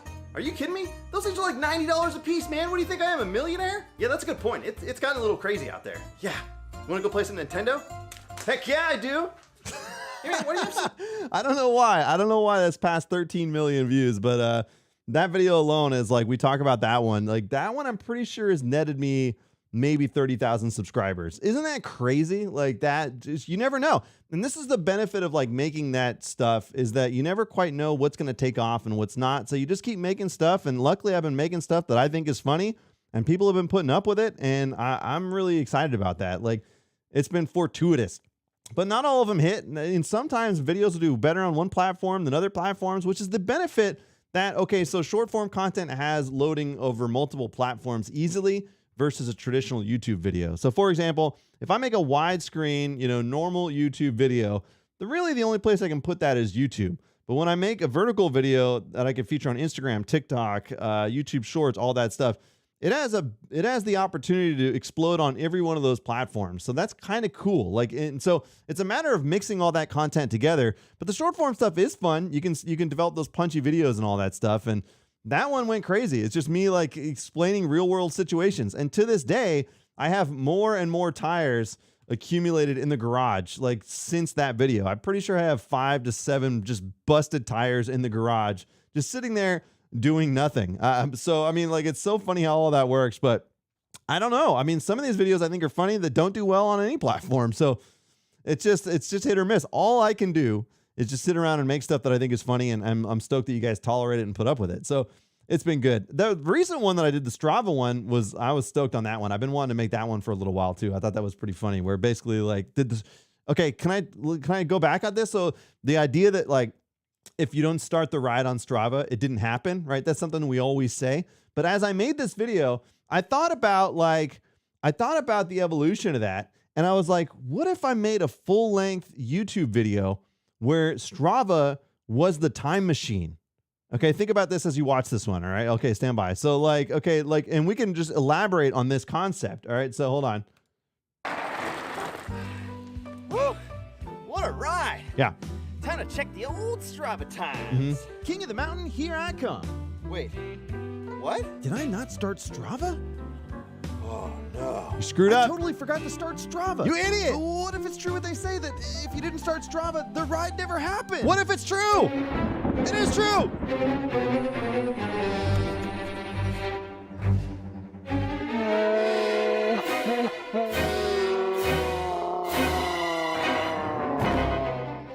Okay, so like one, count the camera angles and see how many different camera angles I do to make these things work. It's so stupid. It takes a lot of time for some reason, but it turned out really well. It's like 250,000 views on IG and stuff already. But think about this concept, right? Like, okay, so the idea that like, in order to time travel, you just don't start Strava. And so then you go do whatever you want. And then you like look down and realize you didn't start it, and you're back to where you started. Like almost like a Rick and Morty episode, right? Where you like, think about the implications of this. Like, you know, you could tie that into the mountain bike world or not, but like, I think that'd be a funny concept. I don't know how to sell that, like explain it in a thumbnail. Like if Strava was a time machine, or like, you know what I mean? That concept, but like the idea that like you could go do whatever you want and then be like, oh, I didn't start Strava. And then you go right back to the beginning. So it's like, you could get away with anything. Like you go rob a bank and then like, oh, it didn't work out. Like, oh, you're like dying on your deathbed because the security officer shot you, and you're like, oh, I didn't start Strava, and then you're back. You know, whoo! All right, well, let's try it again. You know, like that sort of stuff, like a Groundhog Day kind of. Is this like too extreme? Is this ridiculous? This is the stuff I think about, guys, and like, like I always think about like, what would I do if I was full time as a content creator? This is what I would do, and I would fail miserably. I don't know why. This is what happens if you leave me to my own accord. This is what I think about. What do you think? Oh, man. Woodcheck16, thank you so much, by the way, says, love your gloves, dude. They are so comfortable. I appreciate you, brother. I appreciate the support. Again, I've never really given anybody a lot of ways to support me financially, and I don't really ask a lot. There's no pressure to buy these gloves, obviously, or whatever else I do. But like the only thing I ever did before in the past was a run of t-shirts, and I'm pretty sure I lost money on that. I'm pretty sure I lost money on that. And then now, like, so if anybody buys gloves, I get a small portion of that. And then, like, I think there's also like a Worldwide Cyclery affiliate link that I put down below. That if you're going to go bike parts or bites or whatever, then I'll get a small percentage of that. Other than that, I don't ask a lot. So I appreciate the people that have gone above and beyond to do that stuff. That's so nice, man. I really do think that's cool. But again, no pressure whatsoever. Side note, it's time for another giveaway. So here it is. All right, we're going to give a little chamois butter prize pack. So all you got to do, first person to type in chamois butter into chat, and you don't have to spell it right because I've spelled it wrong many times, will win a chamois butter prize pack. So type it in there and we'll get it squared away. Chamois butter's been incredible. They're such a cool company. They're just like up for the hijinks. I told you guys before, we did a live stream at a brewery. I messaged them and I was like, hey, are you guys cool like covering the first round of beers for people? And they're like, yeah, put us in. So it's like just those little things that I'm able to pass on some of the influence that I'm able to gain now through companies and rad companies that want to get the word out, but also like I can pass that benefit on to you guys. So, all right, there it is. Whoa, Dad Life 828 was the first one to type chamois butter. So there it is, Dad Life. I'm making sure I got it right. 828. There you go, brother. Thank you for stopping in. Okay, I'm making a note of it. Hold on. I'm gonna make sure I spelled it right. Dad Life 828. So all you got to do, Dad Life, like I said, shoot me a message on Instagram would be the easiest way, but you can also shoot me an email at thecaliradokid@gmail.com. and they'll get you scored away. So they're going to ship everything. I just happen to have some of this stuff on stock as a show off thing, but they're going to ship it right from their location and get it to you. I appreciate you, Dad Life, jumping in on this Friday night to hang out with us. 100,000 subscriber live stream. I'm doing a golf clap. Isn't the U.S. Open or something going? Or I don't know. I don't watch sports anymore. Everybody at work was watching golf. I can't imagine a more boring thing to do with my life than sit around and watch golf on the TV. Like I can't imagine it. Like if you guys wanted to torture me, you wouldn't have to put bamboo shoots in my fingernails. You just have to like make me sit down and watch golf on the television. It would just be a pure nightmare. I would be so bored. Just so bored. Okay, sorry. I got distracted. I got distracted really fast. Thanks again. Oh my God. Yes. Whammy butter. Yes. Okay. Comment on your newest ride on Strava. Yeah, MTB Mania. Thanks for jumping in. So it's funny with the whole Strava thing. I haven't really used Strava for a very long time. It's been like almost 2-something years where I just didn't even bother. I think that really stemmed from when I was recording every ride early on in the Calirado Kid channel, and you got to start and stop the GoPro all the time. You're worried about battery changes and all this stuff. It was just another element that I didn't need to worry about on a ride. You know what I mean? And so as a result, I kind of fell off of using it. And I'm just like, I also don't really need to know how I'm doing. I can usually tell based on how I feel. Like it's pretty obvious that like I could do a rock roll there and I couldn't do it before. Like that's pretty obvious progress. I've only starting it again recently just to see how I compared to like a couple years ago. And I was kind of curious because now I'm riding the Revel versus the Yeti. So you can't even really compare bike versus bike because your riding skills progress so much over the course of that time that there's no one answer. Okay. I mean, if I wanted to do a marketing ploy, I could easily say that it was the Revel Rascal that set the precedent, but it's hard to say that, right? The bike's incredible, but like I've also progressed a lot as a rider during that time. So starting up the Strava stuff has been fun recently because I went out to Nevada City and I was feeling good. I've been working out a lot more lately. And so I went out there and just PR'd like everything that I rode. So that was like, that was fun. Like in terms of like just seeing where I'm at now. I was still like, I've been floating the idea of riding an enduro race. Now, Jay, the old bike sums kind of inspired me for that. Like I've seen him do it. It looks fun. I've been to some of the events where people are racing and they looks like they're having a good time. It looks like a pretty fun adventure. So I was considering, because I might be going up to, Galbraith pretty soon, and they are doing an enduro race up there.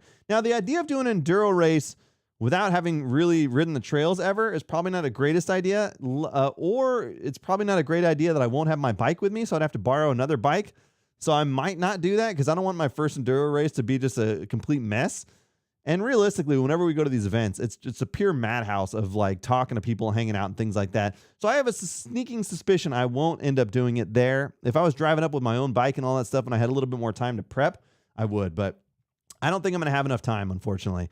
Trail Features, thank you for the $4.99 donation. Says my MTB to golf pipeline theory hasn't been proven wrong yet. Someone is repressing some urges, Joe. So I did take golf lessons when I was a kiddo.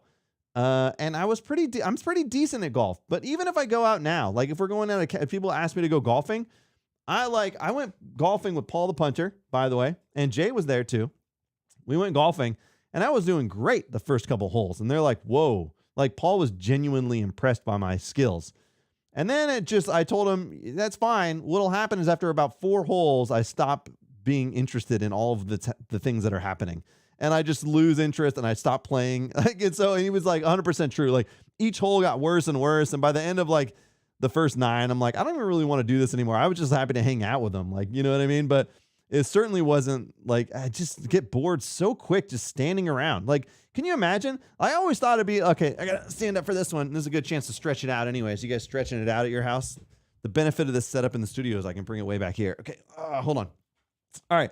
So imagine, if you will, like, what if we were to make a video where it's like mountain biking, if mountain biking was like golf, where, you know, like, or what if like mountain biking was like fishing, where you just don't even get to, are we going to ride today? I don't know. Maybe, you know, that's the video. Okay. Sorry. Anyways, I got to make a note of that, so I remember to make that. Or like, what if mountain biking was like golf, where you just like sit around and you watch your buddy do all the downhill, and you're like, okay, it's my turn. And you know what I mean? Like, it's that sort of stuff. Or like, anytime does anything, you have to be quiet. Like, what is that? Like, why in golf do you have to be quiet? Like, suck it up, Buttercup. You know, you should be able to yell. And if you can't handle that, you got problems. Like, imagine like being in mountain biking, and then you had to like be quiet, like, shh. I'm riding downhill. Shh. Shh. These are brilliant ideas. I'm going to make these videos. I'm inspired. Hold on. Now I'm too far from the mic. Okay, I'm back. I'm inspired. All right. 18 holes of Enduro MTB. Yes, exactly. Oh my God. This could totally work. Sorry again for holding you guys hostage on a Friday night, but that's what we're doing. We're hanging out on a Friday night. I'm stoked you guys could be here. What have we given away? We've given away some Everyman Jack. We've given away some chamois butter. I got another pair of gloves I got to give away. We're going to do that in a little bit, so stay tuned for that. I'm scrolling through the channel also. There were some other stories I wanted to talk about as the progression of the channel happened and all this stuff. Now, I had the, geez Louise, it's been a while since I've made anything great. Now, can I tell you guys, like, I think this was the turning point for my long form content. All right. So like when I was getting very elaborate with my long form content, like so much so that it was like 20, 30 hours of editing, you know, just a ton of work, shooting all day long. I remember shooting all day long. We did the Mare Island Pedal Fest one year, and it was an incredible event. And I really wanted to capture it and show it off and like do it justice. And I came up with this, like what I thought was like a great video. And I think like probably thumbnail, title, all those things worked against me. It's just like, it's all my fault because I didn't market it right. But like, you know, let's like, look at like this video only has like 2,000 views. And like, you can see, you'll be able to see like how much work went into this.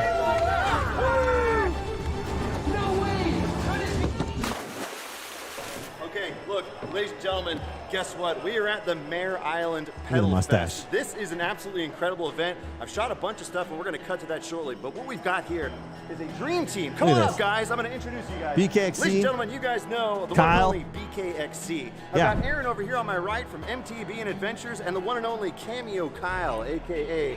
Unprofessional Kyle. Today we are in. Look at this. Too much monologuing. Too much monologuing. You're not going to want to like, miss it. So let's jump right into it. I'll show you jump what right this in. event's all about, and then it's time to race. Let's go. And welcome to the Mare Island Drone Pedal shots. Fest. A very You gotta different have a type drone of shot, event. It's an right? urban cyclocross. Yeah. Now, what is an urban cyclocross, and what do you need to compete B-roll. in an urban cyclocross? I got drone shots. 1, you need a I got bike. B-roll. 2, you need a sense of adventure. Look at this. And 3, you've got to be So ready much to have work. some fun, because this course is not Slow your traditional motion. race course. Shooting Get stuff ready at to 4K ride through 120. pools of water as you race past the Mare Island Brewery. Voiceovers. And gargantuan chains that can stop even the mightiest of road bikes. Just insane. This race turned out to be an incredible amount of fun.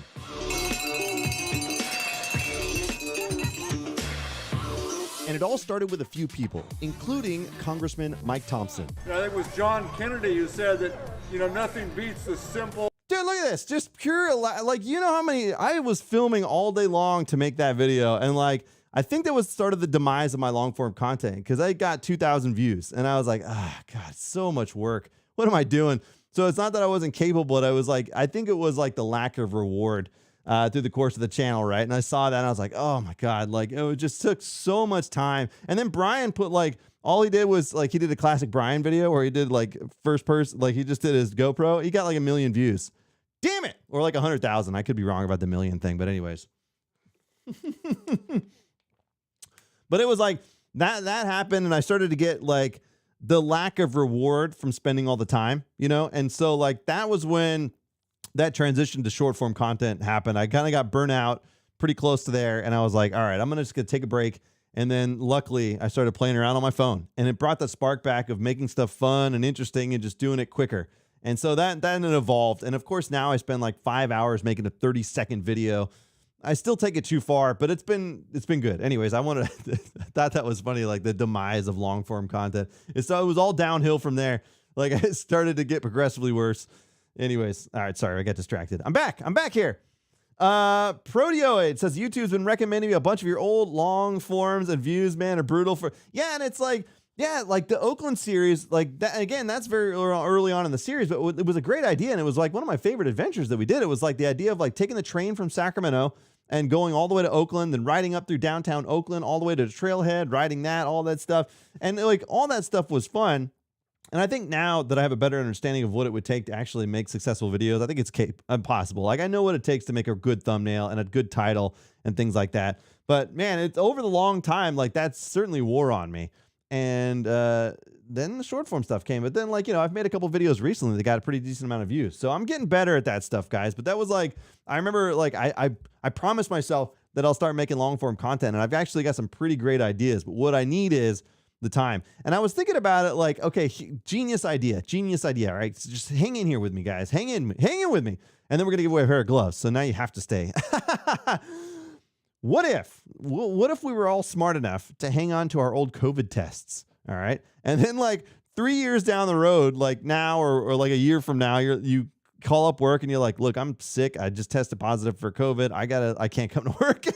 There's like the sheer like comedy from the HR side. They'd be like, that's not a thing. And you'd be like, here's the test. And they're like, yeah, but and they'd have to follow the rules. And then you could just totally get like 10 sick days or something, right? Like why didn't we all save our COVID tests? We all got it, even though we got it vaccinated, right? Like, okay, sorry. Anyways, I was thinking about that. I was thinking like at work, I have like 340 sick hours or something.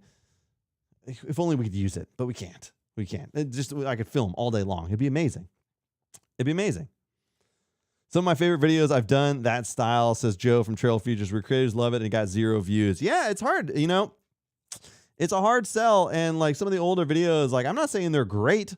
I'm saying like I put a ton of work in. So that doesn't mean that it's great. You know what I mean? Like it just means like from a creator's perspective, when you do a ton of labor on something and like nobody cares over and over again, you know, and that's all my fault. I didn't thumbnail and title it right or whatever else. And like I was, you know, it's all a learning process, but like it's just from the creator side, from my side, you're like, oh, I'm not getting rewarded for all the hard work, but you're not doing the work the right way is probably the problem. You know what I mean? So there's always an evolution. I still always enjoyed the process, and I still have a lot of fun with different camera angles and stuff, right? Like if we talk about like as the short form content's evolved, I still have fun with like a lot of creative camera angles. Let's take, for example, if we're talking about Everyman Jack, this one right here. Can we do a little behind the scenes? All right, hold on. Stand by. Okay, yeah. Can I pause it? Oh, I can pause it. Okay, so to make this sleeve thing work, I had to go pre-cut these sleeves. So I basically I didn't have any scissors with me on the trail, so I had to go get a fishing knife, like a fillet knife that I had in the truck, and I was able to cut down most of the stuff, just enough to hang on by a little bit to give us that tear sound effect. And I had to do this on the first take because otherwise you wouldn't have like that full ripping sound effect. So if you can see like the ripping off of the sleeve was that was all like I pre-cut some of the stuff and then I was able to pull it off. So this is like already happening on the trail. This is some of the stuff I do for a 30-second video, right? Okay, so this is the work that goes into it. Notice the sexy gloves, by the way. We're gonna give a pair of those away in a second. Here we go. All right. Now the close-up shot. Okay. Yep. One more. Building tension. Now. Yep. Slow-mo. This shot right here. Dude, that shot right there. So this, like, one of my favorite things. Why is my head so shiny? All right. Anyways. One of my favorite things about this is trying to figure out how to pull this shot off. And like the way that I did it was like, okay, so the sleeve was off and I had to get the tripod down on the ground. Cause look, guys, I don't know if this is a surprise to you, but I don't have a cameraman. So I have to do all this stuff myself. I've got to come up with creative solutions to all these problems. And sometimes it's hard, but also sometimes I appreciate the creativity it requires to pull it off. All right. Anyways, so as we're doing this, I get the tripod down below with an angle up this direction like this. And then I have to get like close to it and I've got to walk while I rub like this to get that shot. I'm not on the bike there. It looks like I'm on the bike because it's Hollywood magic. But what I had to do is sit here and do one of these where you're just like, like that. And I had to do it over and over again to try and get the focus just right to get the Everyman Jack logo in focus there and get the pit just perfect.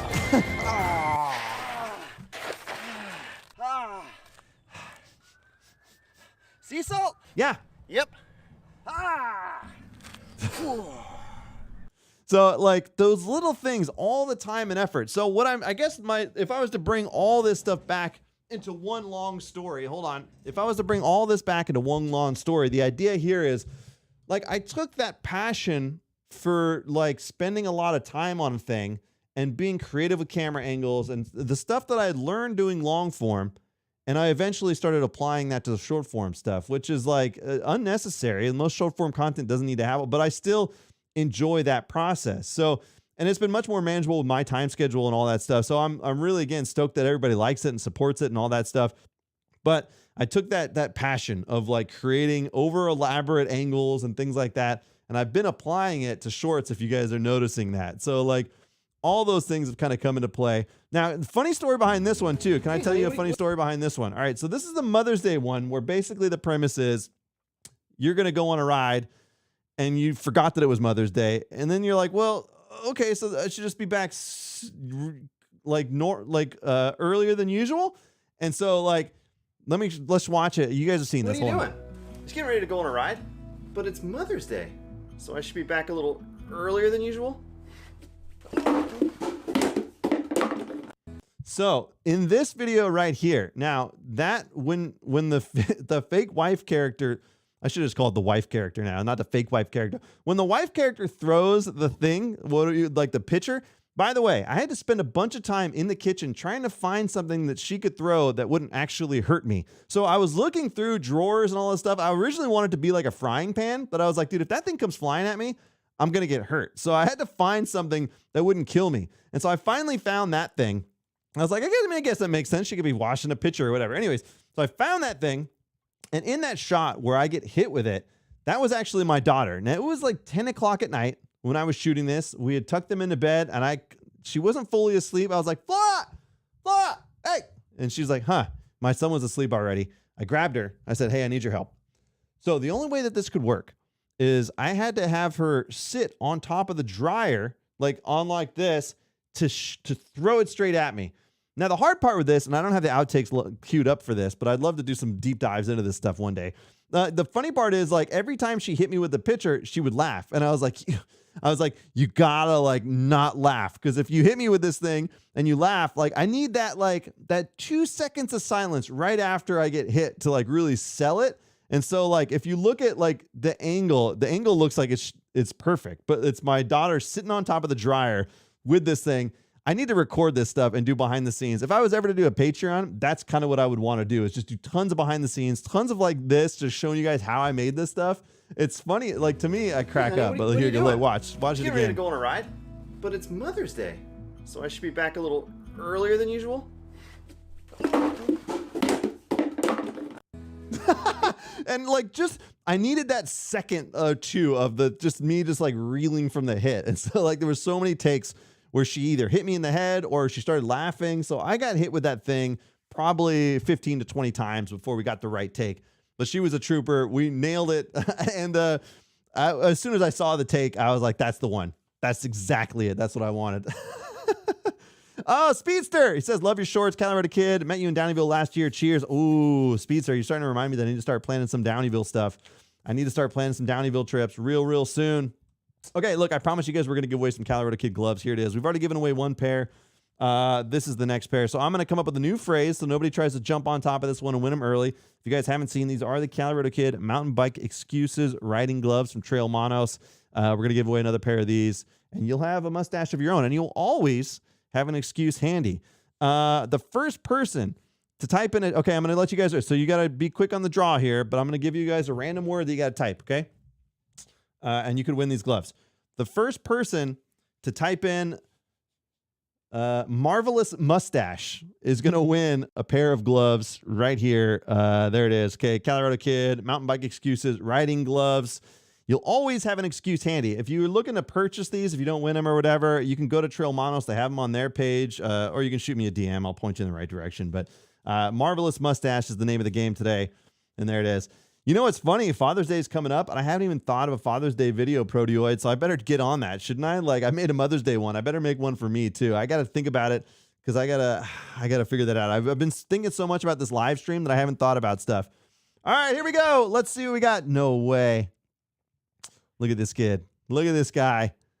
Nevada City Kiddo got to that one first. Nevada City Kiddo. There it is, my friend. Wow. A double winner today. Nevada City Kiddo, you got to it first. I'm typing it in right now, so I make a note of it. Boom. That's going to make shipping easy. Nice, dude. That's okay. Spelling's fine. It doesn't matter. As long as the point is there, I'm okay with it. All right. Nevada City Kiddo won a pair of Calirado Kid riding gloves. Look at Kyle in here trying to win a pair. He's already got a pair. I gave him a free pair already. Kyle, good to see you, buddy. I miss you. Stoked to see you in here. We're kind of talking a little bit behind the scenes stuff now. Like, that's the stuff that I could ramble on days and days about, but I tend to find that people don't, like, I lose viewers when I start talking about behind the scenes stuff. But to me, there's so many stories on how I got the shot and how I pulled it off and why I think it's funny. Like, I'd love to sit there and talk about it all day long. But for now, we'll just talk about a couple of them because I don't want to hold you guys hostage all night long. We've already been going for about an hour and a half. I just really, like, this should be a celebration of me more than anything. Kyle, if you didn't see this already, I've already got my silver play button. It's weird that it came so quick, but there it is. I mean, I can't believe it actually did come in. Again, odd that it looks very similar to my son's handwriting. But I'm going to put this on the wall. I mean, that's incredible that they got this so quick. I mean, I only hit 100,000 last weekend, and here it is, silver play button. Brian told me it would take weeks to get here. Well, I mean, what are you going to do? What are you going to do? Mammoth's POV says, are those sold in the Sacramento area or any of the bike shops? No, the bike shops probably have no patience for me. There's actually a few local bike shops that are really rad. Demo Works is cool. That's God, I don't want to be spacing on everybody's names here, but you can just buy them on trailmonos.com. Mammoth, they are there. And I've got the link on my Instagram right in my profile and all that stuff. If you can't find it, just shoot me a DM. Happy to get to the info.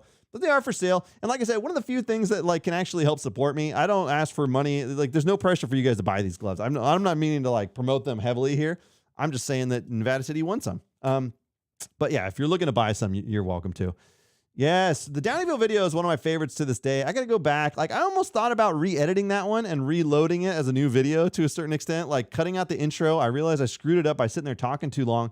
It's amazing if you're making YouTube videos, how quick you can lose an audience. And what happens is if you talk, like if we revisit that Downeyville video, I'm going to bring it up on the other side while I'm talking here. If you go look at this, like the problem right out of the gate is I'm talking too much right out of the gate. And it's got good views, by the way. It's 24,000, but that's not nearly as much as I think it should be. But if I went to re-edit this one and do a proper intro on it and cut out all the nonsense, I think that like I could really like, and put a good thumbnail and title, I think we could like make this one do really well. But like, anyways, like if you look at this and after that, okay, hold on. And ladies and gentlemen, welcome back to the Right here, Calirado Kid lost channel. an audience. Today, They don't know who I am. We're out in Downeyville. It's still pretty good, actually. Never mind. Oh, it's badass.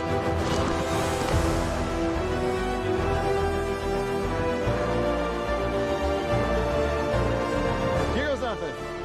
Yes. Oh, I love this Now, video. Downeyville's some of the most incredible downhill you could possibly okay. do in the area. And we have been out here for about 3 days This now. is where We I shuttled wanna cut all this day out. yesterday. We're shuttling again today No, with it's all Downeyville good. Outfitters, and which is why you're going to see in these videos I got like 3 different outfits. Damn it. All right, I'm wrong. This is great. I'm going to rewatch this one again. I'm not going to make you guys watch the whole thing, but that's one of my favorite videos of all time. In fact, I will never film at Downeyville again because there's no point. Like, it's already perfect. I've already done it. I've done what I could do. So if that doesn't say it, I don't know what does. Yeah, Kyle works at Mike's Bikes in Folsom, so he says Mike's Bikes in Folsom's pretty good. I'd agree. Although I've only been in there once, and it's just to say hi to you. So that's yeah, exactly. What's your favorite Hoot Trail POV vid? Mine. Although Jay did some too. Mike's in Roseville. Bob's is the place. Does it still count if you spelled it wrong? Yeah, that's fine. Frequent flyer. I mess up so much stuff. I can't get on anybody else for messing something up. So it's like totally fine. As long as you get the gist of it, I get it. Victory Velo is awesome as well. Yep, Victory Velo is awesome. There's a lot of great local bike shops. And of course, God, what am I? I've lost train of thought. Anyways, damn it. Yes. You can't hold grudge. I've been talking nonstop for an hour and 40 minutes. Okay. Just give me a second to catch my breath and then we're right back at it. Yeah. All right. Anyways, here we go. Tristan, thanks for jumping in. You missed a lot of hijinks, a lot of nonsense, a lot of reminiscing about the channel. And there's like, I'm answering questions, of course. I'm telling stories about old videos and some of the stuff. And there's just a lot that's happened over the course of 3 years. And it's crazy. Now, like, to me, this is another one of my favorite videos that didn't do well. And I totally understand like why it didn't do well. This was a passion project that I spent a lot of time on, but it was based on an old video called B-roll. And it was like, the video was like, if I can find this, I'm going to see if I can find it before I can show you guys. I would love to show you guys the original video so that you can reference it. Okay, stand by. We're gonna find it. I'm gonna find it. No, it's called like Got That B-roll. Hold on. Stand by. Just stick with me. I got more giveaways for you. B-roll. Okay, hold on. So this was the original video. All right, I'm gonna share it with you guys so you guys get the reference because I don't think a lot of people got the reference. But here we go. You ready? Do you need shots of ordinary people doing things for your next commercial? We got that B-roll. We got that B-roll. Two men pointing at an office file? We got that B-roll. Bored man flipping through channels? We got that B-roll. Angry man in traffic? Yeah, we got that Come B-roll. on. What do you want him to wear? Casual? Upscale casual? Business? We got that B-roll. Why? So like to me, like I don't know how I saw this video or when I saw this video, but as soon as I saw it, it gave me pure inspiration to mimic it. So like I was like, I got to make that. And that's what I did here. We got that MTB roll instead of B-roll, right? Did you guys, and nobody saw this because it's only got like 1.4 thousand views. So 1,400 views. So nobody gave a crap and they justifiably so. This is so stupid, but I love every minute of it. All right. All right, look, let me ask you a question. Are you an aspiring mountain bike YouTuber who's having a hard time during winter getting riding footage? It's getting dark out too early? Well, you're in luck. This is MTB Roll. Look, you need POV footage during the daytime? We got that MTB Roll. Do you think we don't have enough riding footage? You're wrong. We got it. Trust me, we got everything you need. MTB Roll is here at your service. You know how much time I spent finding laser sound effects to make this video work? You guys have no idea. Standing by. Climbing uphill? We got that MTB roll. Going downhill, we got that MTB roll. Riding a flow trail, we got that MTB roll. Chunky downhill descents, we got that MTB roll. You shy in front of the camera, we got that MTB roll too. I'll do the talking for you. So Josh and I are not trying to show off to anybody here. We got no problem walking our bikes. Look, and you want to wow people like you traveled across the country? We got. Dude, look at, wait. No. Dude, okay, look, I don't care what the views say. This still cracks me up. All right. I know I'm going to lose all the viewers right now, but like you see the green screen effects happening right there that are just like, I didn't quite green screen it right. That was intentional. I saw it and I was like, nah, it's even funnier that way. Look at it. You see the green screen coming across? We've got that MTB roll. Arizona, absolutely. We got that MTB we got roll. that MTB roll. California, surf's up, bro. We got that MTB roll too. Oh, God. All right, I'm sorry. I'm making you guys put up with this, but like I still think this is funny as hell. Now, you guys saw the original video, so like it really was true to that. But first of all, nobody understood what that was, and all right, sorry, we're taking a blast down the Calirado Kid Pass, and this is part of it. And what's that you say? You want to hang out with some of the biggest mountain bike YouTubers around? No problem. We got that MTB roll too. BKXC? Yeah, we got that MTB roll. Want to crash with the crashing dad? We got that MTB roll too. Josh from the Daily Mountain Bike Rider? Yeah, we got that MTB roll. Oh, hey, who's that? Paul the Punter? Yeah, we got that MTB roll. Oh, and what's that you say? POV is dead? Well, we got that third person MTB roll too. Roll the third person MTB roll. Send it jumps in third person? That's MTB roll if I ever seen it. This is like the finest collection of friends in one video that I have, I think. Like, if you look at this, that's Jay, bikes I'm flying off the jump right there in Sedona. We got Paul the Punter, we got Josh, we got Crashing Dad, we got, like, everybody makes a cameo in this video inadvertently, like, to their knowledge or not. I don't even know that I told them they were going to be in this thing, but I just took all kinds of clips that I had when we did the Sedona Fest and put this together, and, like, I spent a lot of time finding laser sound effects and swipe sound effects and figuring out how to do page rolls and all this stuff. It was so stupid. Artsy shots of a bike? Sure, we got that MTB roll. Artsy shots of a bike? We got that MTB roll. Footage of a bunch of people standing around? Yeah, we got that MTB roll. We got that. Rock rolls? Yeah, we got that MTB roll. Yeah. And you're talking about flow trails? I know all about flow trails and this MTB roll right here. You know how long it took me to keyframe me coming in and out of frame for every shot? Forever! And you want your footage to look extra special? That's great. We got drone footage too. Roll that drone MTB roll. Whoa! So look, if you're a mountain bike YouTuber and you just can't get any footage because it's too dark outside, call me now, 1-800-MTB-ROLL. I'll be standing by. You know you want it, you know you need it. MTB roll, let's go! Let's go! Okay, let's read that for a second. I don't know if anybody spent their time reading this, but I'm gonna narrate it for you. MTB Roll is a licensed service provided by the Calirado Kid. Any use of MTB Roll without the express written consent of the Calirado Kid will result in exclusion from the Calirado Kid fan club. Be sure to like and subscribe. Yeah, so this This is what I spend my time on. Aren't you guys glad? Aren't you guys glad that I went to start making short form content? Because you would have got more of that. You would have got more of that. And it's probably for the best. Probably for the best that I started making short form content and just got pulled back for a little bit, reassessed the situation. But again, like this stuff still cracks me up. So like a lot of the stuff that's been happening on the channel is still just very much my core sense of humor. And the fact that like, again, people put up with it has been monumentous, man. It's so cool. I'm so stoked on that. And since you guys are here, let's do another giveaway. All right, here we go. So we're going to do another giveaway. This one, we're going to put the keyword's going to be different. So nobody try to type this early. All right, hold on. So once again, we're going to do an Everyman Jack giveaway. I'm not sure what they're going to send you. I told them like, hey, are you guys cool giving away some stuff on the live stream? It's like, yep, for sure. So I'll just get them the addresses and they'll ship stuff to you. But love this company. They're a big supporter of the Calirado Kid channel. If you guys don't know about them, like naturally derived products, they're an outdoor focused company. I told you before, I know this because I hung out with them out in Mill Valley. They took me riding. We did all kinds of adventures and I met the people involved with the company. Super cool. I believe in it. I'm stoked on it. I go through it a lot. I've actually already gone through 1 or 2 of these bottles. But here we go. All you got to do in chat is type, and you don't have to get the spelling right on this. Okay, hold on. Stand by. Hold on. Sandalwood. If you type sandalwood into chat right now, you stand to win some Everyman Jack product stuff. I don't know what they're going to give you. Probably some cool stuff, but it's going to be taken care of. All right, so all you got to do is type sandalwood into chat. Like I said, I don't care about spelling. As long as it's close enough, we're in good shape. And then you're going to win something. So that's pretty cool. I like that. I like that. Proteoid says, I tried their deodorant because you influenced me. It didn't work. What? It didn't work? Really? Deodorant or the, what is it? Deodorant and antiperspirant. It seemed to work pretty good for me. All right. Danny Sales /MTB. You got it first, buddy boy. You got it first. Danny Sales. I'm making a note. So I'm talking and I'm typing on my phone, but I'm not texting anybody. I'm just making a note here. All right. Danny Sales. Thank you, brother. I appreciate you. You were first on the draw with sandalwood. Like I said, spelling's fine. Doesn't matter if it's right or wrong. You've got it. You've got it, Big Daddy. So just shoot me a DM. The best way to do it is shoot me a DM on Instagram or shoot me an email at thecaliradokid@gmail.com. That's going to be the easiest way for me to dial that in because it's harder for me to reach out to you. Just reach out to me.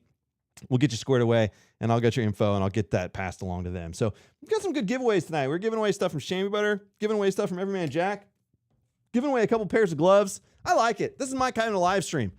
Happy Friday, everybody. Anybody riding this weekend? You guys riding this weekend? All right, so big news. I'm going up to Spain in October. We've already talked about that. I may be going up to Bellingham for the NW. I don't know if it's like the Northwest Tune Fest or Tune Up, whatever it's called. They're doing a big concert. So they basically do like a multi-day concert, I think. And I found out the Crystal Method's going to be there. It's just like a group that I used to listen to in high school. Awesome. But they're doing enduro races. They're doing riding. They're doing bike demos. And they're doing concerts. I think this is like the second year they're doing it. I'm not really sure. I've been talking with them. It seems really rad. That area is cool. And I might be up in Seattle in July, like 10th through 14th already for work. So I think I may transition up there. So you may see me up there in Bellingham pretty soon. In addition to that, I'm going to be planning on going to Spain in October. And I'm trying to figure out some other things I could do. But like, there's only so much travel I could do before the end of the year. And then boom, we're going to be at New Year's all of a sudden. So who the hell knows? Who the hell knows? Thanks again for everybody for typing in sandalwood. That was well done. I didn't get the spelling right. I know nobody would get the spelling right. It's fine. Like I said, I screw up everything. You guys know, like, okay, so I had an idea for a bit for this live stream, but I couldn't pull it off because I was having technical issues trying to get the screen sharing to work on this new Mac that I've got for live streaming, and it wasn't working. I found a workaround, but I spent about an hour, at least an hour, trying to iron out some stuff for this live stream that I would have used to film this bit that I wanted to put in this live stream. But I'm not going to tell you what it was because I could use that bit for a different live stream. So like I wish I had all the time in the world. But live streams, it's funny because if you go back and look at the statistics on live streams, what'll happen is I go look at like how many subscribers I gained or whatever else. You never gain subscribers. I always lose, like you'd always be like -3. Like I always lose subscribers doing these things. But that's not why I do them. We're not doing the game live. We're just doing it to hang out. And I appreciate you guys taking the time. Celebrating 100,000. Who would have thought? Like what a mighty journey it's been. The evolution of content. The one thing I could like say for sure is that like there's no right answer, there's no wrong answer to making content. Like if you feel like you're burnt out making a certain thing, then you can adjust and make something different. This is what happened with me. I was kind of burnt out by doing very like elaborate long form videos that were all on me, like, you know, performance wise, but I pivoted to short form content and started having fun doing that. Like then I can go back to long form. There's no wrong answer. You can always make whatever you want to make. it's an ever evolving journey. But I will say, like, yeah, always never be shy to reach out to creators to figure out what they're doing, keys to success.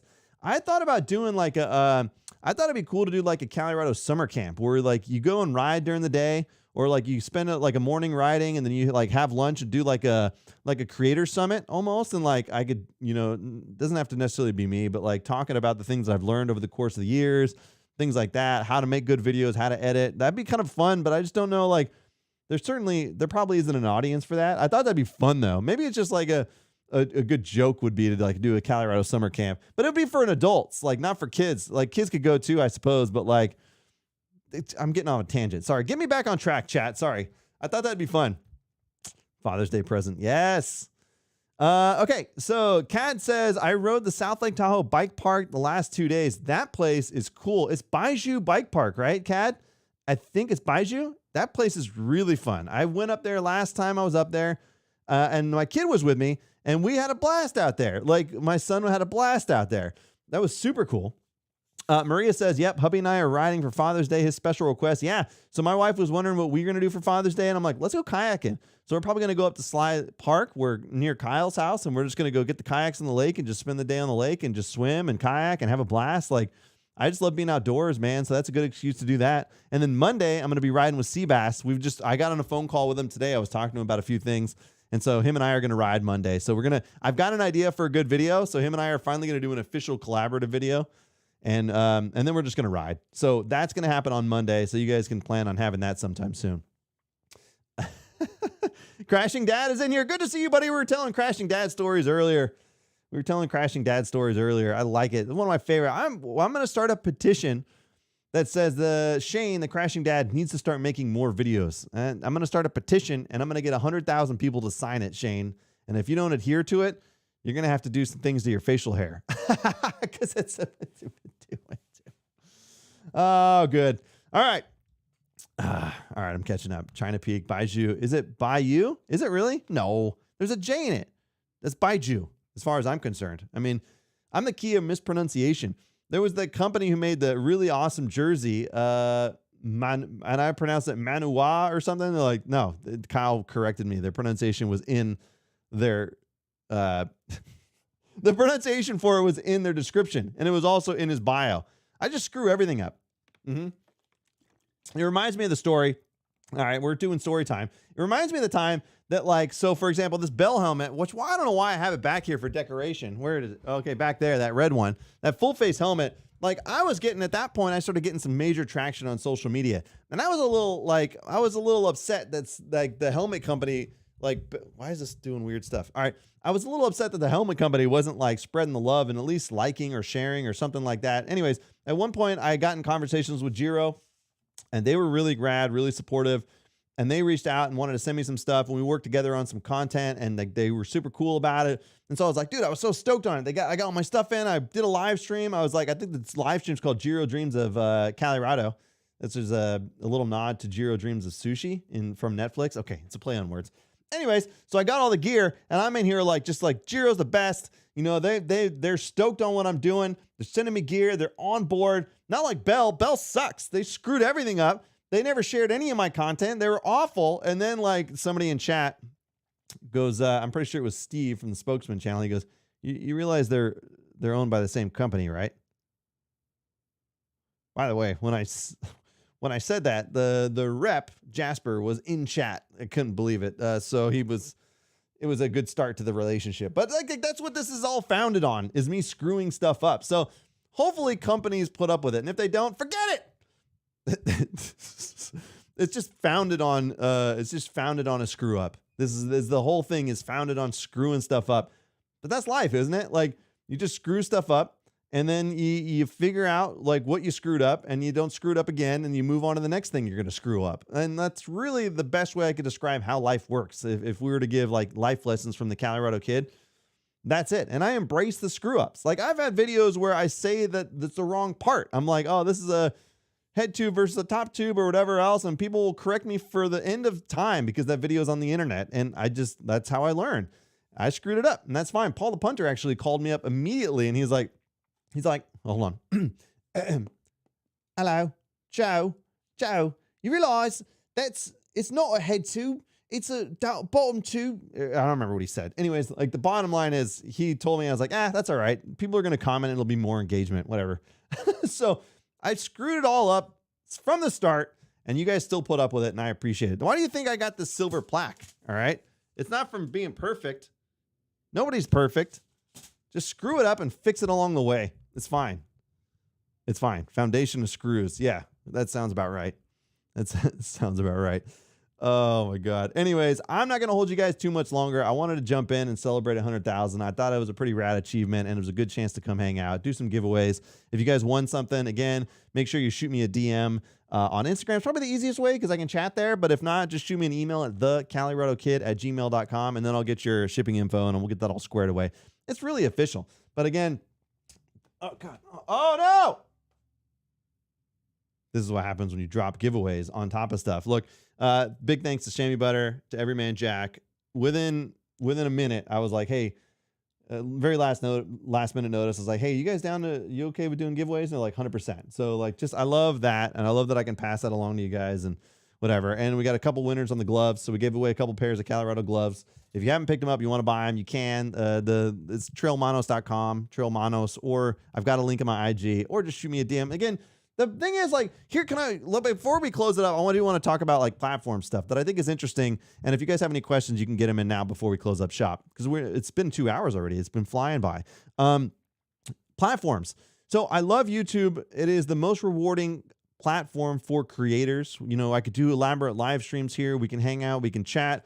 You can produce very good quality long form videos on YouTube. They actually reward creators. They actually pay creators for content. Currently, as it stands, I don't get paid for making reels. Instagram gives me nothing. TikTok gives me nothing. So like YouTube still gives you a small portion of money, but it's like, it's very small, but they still give you something. And if you make long form videos and they do well, you can make a good amount of money on YouTube. So YouTube is still the greatest platform for creators, in my opinion, for like rewarding creators and supporting them. Instagram is tremendously useful for having interactions with people. The engagement rates there and comments are easy to get to, that you can get to them. You can share stuff a lot easier. But more importantly, through the DMs, I end up talking with a lot of people, and YouTube doesn't have that, like an actual chat function. Like that's something that YouTube lacks that I tend to enjoy. I can have conversations with people, and you guys, probably a few people in here, we talk on IG because I can do that there, and I can't do that on YouTube. So it's like having these platforms is essential. I'm glad that I can load videos on all of them. TikTok's weird. You have a lot of like weird like usernames that'll be like user 77432. I'm like, what? That's not a real person. Like, I don't know. But like, anyways, all the platforms have different benefits, but YouTube is still the greatest for rewarding creators.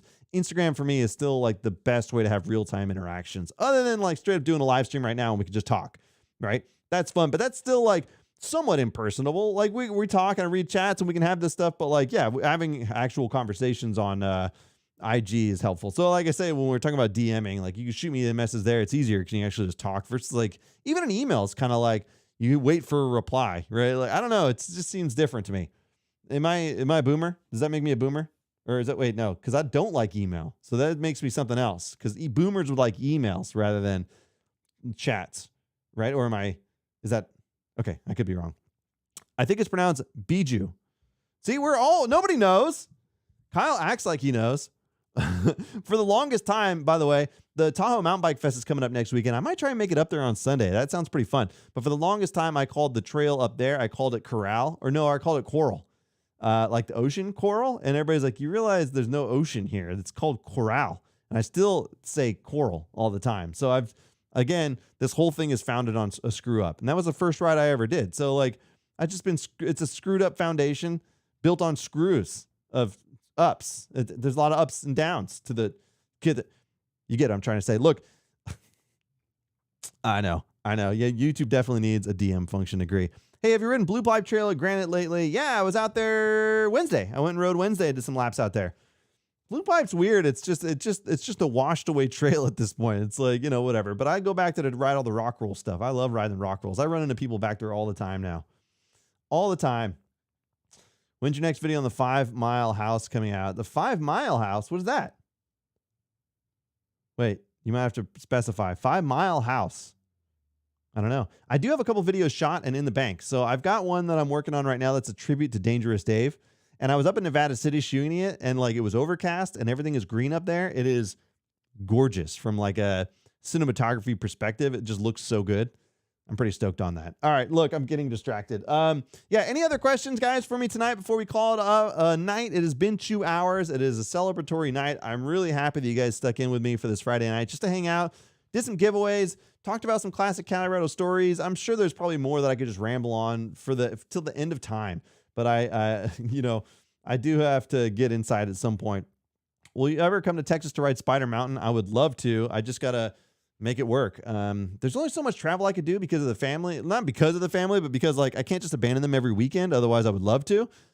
But I can't. So it's like managing that travel, like trying to only do a weekend or two a month because it adds up quick, like just being gone all the time. So I've got to like balance all that stuff with everything else. So I would love to. That place looks rad. I can't wait. That's outside of Austin? I can't remember specifically, but I would love to get out there. But I'm stoked to get out to Spain in October. Maybe Bellingham again, Harmony Market, Nevada City. Wait, have you rode Cerberus past the pond, Joe? Sure. I don't know the names of trails, Proteoid. It's funny. Like I know the pond. I've actually caught bass out of that. But I think it's safe to say that I've almost ridden everything out at Granite Bay. But Proteoid, you can always shoot me a message, and if we can go ride out there or something. But I usually do laps all over the place out there. Trail Pimp. Hey, Trail Pimp, are you going to the Tahoe Mountain Bike Fest? I'm not sure if I'm going to make it yet, but if I can, I may go that Sunday to go hang out and do some laps on Coral. I still call it Coral. And then go hang out for the fest. So I may be up there soon, actually. I may be up there soon. So I'm going to I'll try to announce when I'm going places, but it's hard because if you guys don't see it on the story on IG, you might not see it. And if I put it on a post on YouTube, it's hard to see stuff. So I try to spread as much knowledge as I can, but it doesn't always get out there. Anyways, I appreciate you guys stopping in. The fact that we hit 100,000 is pretty crazy. I don't know where it's going from here. I've told somebody recently, they're like, what's the long term or like, what's the next step? And the problem is I not even a problem, but like, I feel like almost think I achieved what I set out to achieve. So everything from here on out has been the Wild West for me. It's like always like learning, pushing, doing something new. Like the goal was to get a fan base and like establish some subscribers. And like, I've done all that. So now it's a bit of the Wild West. Like, where do I go from here? What do I do to keep improving? What do I do? Like all those things are like where I'm at now. And I've been having a lot of fun with it. Like working with companies, I've got something with stands in the pipe. Like, so I'm going to be working with stands. They sent me some sealant and some darts and all this other stuff. Another great company in the business that I'm going to be doing some stuff with. So keep an eye out for that. I've got some more collaborative stuff I'm working on with the International Mountain Bike Association. So keep an eye out for that. Obviously working with Everyman Jack. I've got one I'm working on for them as well. And that's all in the pipes. Just people that are supporting me. Again, like it's cool because like one, you guys put up with that stuff, but I think it's still very Calirado. I think all the videos still stay true to my channel, but it's also like, I don't ask for money from anybody. So it's like, there's gotta be something that does it. And YouTube doesn't bring in a lot. Instagram and TikTok don't bring in anything. So it's up to me to create these deals and all that stuff. And I hope it's not too much for you guys, but I've been stoked to work with really rad companies in the mountain bike world now and meeting so many cool people. And I don't know, I think it's been going really well. And I think that the 100,000 milestone is cool. It's not the end all be all. I mean, but man, I'm really excited about it. And, I don't know what to say about it other than it's like something I didn't really expect to happen. You know, I was kind of like, I figured at one point it might, but like, then it snuck up on me. So I'm still processing like the evolution and where we're at and where we're going to go. All I can say is I got in it to entertain and I think it's been okay. Like, I think we're doing okay at that, right? Like, so there'll be more entertainment to come. And the trick is like, not getting burnt out on it and still appreciating what it is, like not like taking it for granted. I don't know. I'm rambling. I didn't think it was going to happen so quick. I'm here. We've done it. Now, where do we go from here? I don't know. We're going to figure it out. Actually, here's the problem. Seabass has already got like 250,000. He's way ahead of me. That's my mark. I just got to chase him. That's always been like almost like a driving force for me, as a positive driving force, as friendly competition. I want everyone to succeed more than I succeed. And that comes from like when I taught Kung Fu for a lot of years. Like the ideal world would be like, think of like when you see these old movies where like the teacher never wants their student to be better than them because they always should be better than them. But like, I always thought like, man, I'd love for my students to be better than me. Like, and to know that I helped them on that journey to do that. Like that was always a rewarding idea to see that happen. You know, they never were, of course. Look at this mustache. You kidding me? But like the idea that like anybody could just surpass me at any point because they're doing it better. And they're, you know what I mean? Like, I love that. And I support anybody that's creating content. Like, it's always a driving force, but I still take those like positives in a joking manner and like, damn it, how did he do that? And then it makes me go further and harder. And it's a positive driving force in the stuff that I do. So it's never like a negative, like, oh, look at that person's doing better than me. It's always like, uh-oh, all right, let's see what I could do, you know? And so like, I use that, and it's been to my benefit sometimes. Sometimes I've used that. I won't tell you who or what, whatever, but sometimes I've seen stuff out there that I've been like, man, if they could do it, I could do it. And then it forced me to improve. So I always take that to heart. There's something in me. There's a competition in me. All right. Thanks again, guys, for hanging out. How did you get sponsors? So, Diablo. Man, Proteoid, I would love to play some Diablo. Like, honestly. Side note, like, but like I saw that it was $70. I'm like, are you crazy? It's just the same as Diablo 3. I'm not paying $70 for that. So I'll go play Destiny or something instead. But yeah, like, dude, I would love to play it, but I'm not going to pay $70 for it. Like, I'll wait for it to be half price. Like, I played the demo and I was like, it feels just like every other Diablo game I've ever played. All right. Quick side note, and thank you for asking the question, Nevada City. So the way I got sponsors, the way it all started is pure inspiration. So I was kind of frustrated for a while there that like it was getting so big and I didn't have anything on the books. And like, so I went and did the road trip up to Whistler, hung out, did all that stuff. This was less than a year ago. And I hung out with Dustin Klein, who's one of my favorite creators. He's really incredible, really smart from the business side. And he was like, these are the things you should do. These are what you should ask for. Like, these are like, you can do it. You can do it. And I was like, oh, boom. I took it to heart. As soon as I left hanging out with him from Portland, I got on the phone and I started messaging, like, because Tin Cup Whiskey had sent me some whiskey. They wanted to send me some whiskey. They saw something that I did or whatever. I was like, cool. So they had sent it. It was sitting in my house, but I was on a road trip, so I didn't have it yet.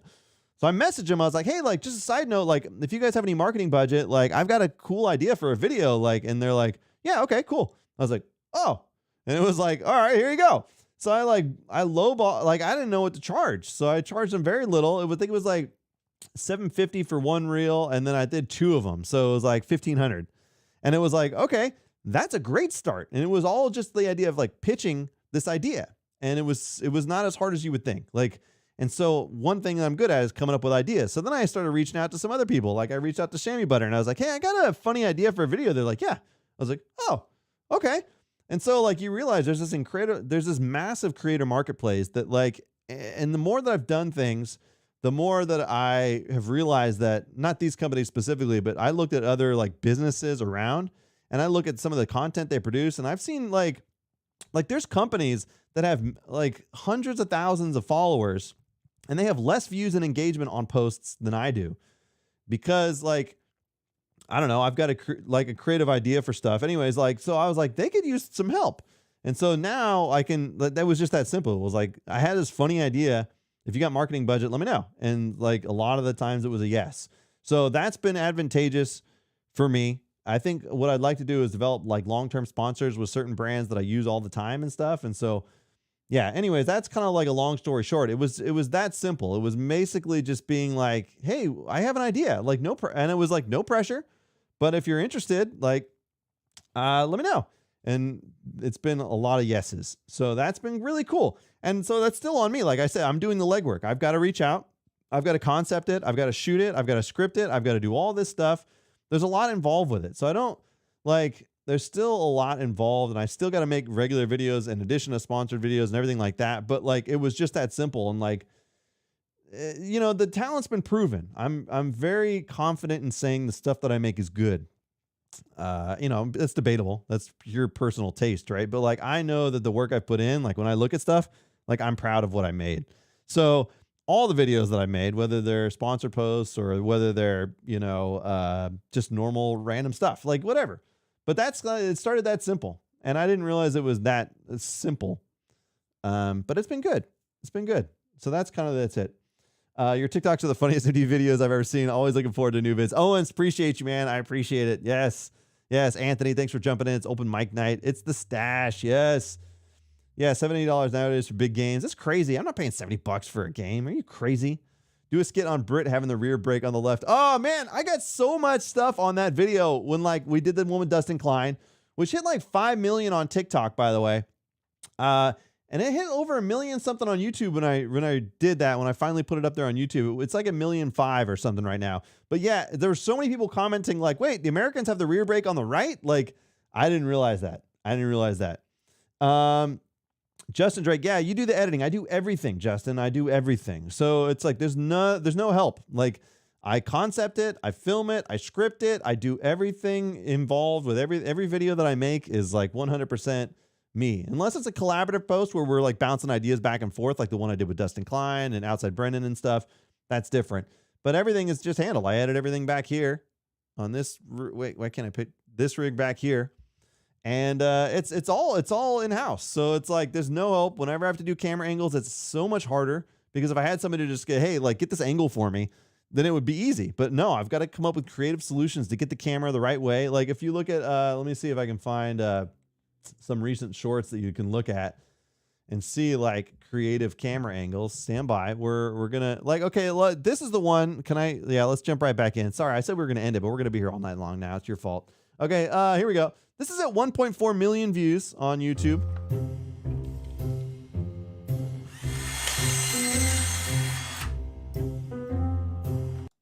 Look at all the different camera angles, first of all. Secondarily, like, it is true what they say, by the way. I'm here to warn you guys because everybody warned me and I should have believed it.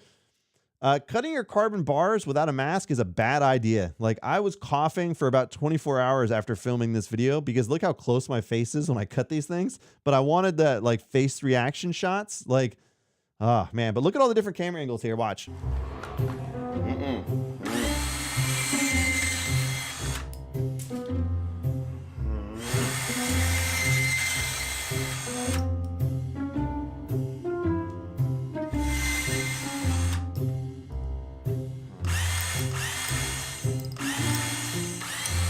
Okay, you guys want to know how I got that shot right there. Okay, so again, we talk about like creative camera angles. I know I'm holding you hostage and now here we are, but it's fine. Everything's fine. So I got the camera on the ground. If I had this one as like a prop camera, because I got cameras all over the place now, I had to lay it down sideways and then put something under the lens because the lens on this Sony is long, and just to hold it at the right angle to get the ground shot like that. And then what I did is I took like the rings that I had already cut off and I started dropping them by hand in front of the camera. So I had like 3 or 4 different rings in so I was trying not to get the hand in the shot. You might actually see it drop in at one point or another, but I'm up above dropping this stuff in while the camera's on the ground just to get that shot of like all those falling to the ground.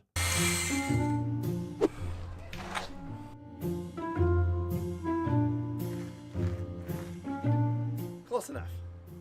Yeah, and so that shot right there, that panning shot of that was actually my son. I wanted a shot to like get the whole bars in the shot. So I set the tripod up front, pulled up, and I was like, okay, try to pan it from left to right smoothly. And so I had him do a couple test runs, and then finally we got the right shot. And then that was in there. So like the amount of stuff that goes into, I don't know what the original question was. Justin was asking me if I do the editing. Yeah, I do it all. And so like coming up with the creative camera angles and like all that stuff, like I said, my son was on the tripod on that one, like panning it for me. I was like, okay, good, over and over again and all that stuff. So it was like, there's all this stuff that I overthink for these videos. Like it's totally unnecessary, but there's still a part of me that likes that process. I think there's like, I thought of something recently that I thought was like, I don't know, maybe it's probably been said before, but like, I think we should start thinking of comfort as like a luxury and not something that we should have all the, like, does that make sense? Like when you're uncomfortable, you're learning new things, you're doing all that stuff. Like, but like, even like we shouldn't think of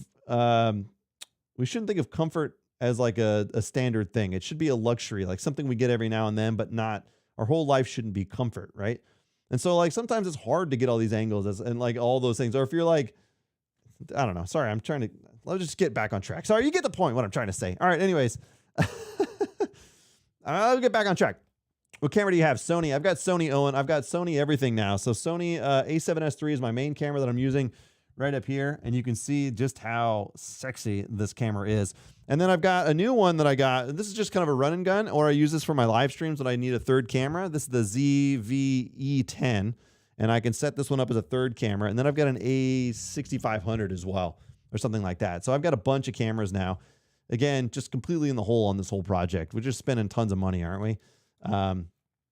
Yeah, you reset for all. Yeah, I mean, I have to just move the camera around for all the different angles. I think I overthink of what makes the joke funnier. And like, I think of like, okay, having the shot on the ground with all those little rings dropping, like to me, like made it funnier. So I had to do it. I had to make it work. So this is all the stuff that goes into this. I could talk about the behind the scenes.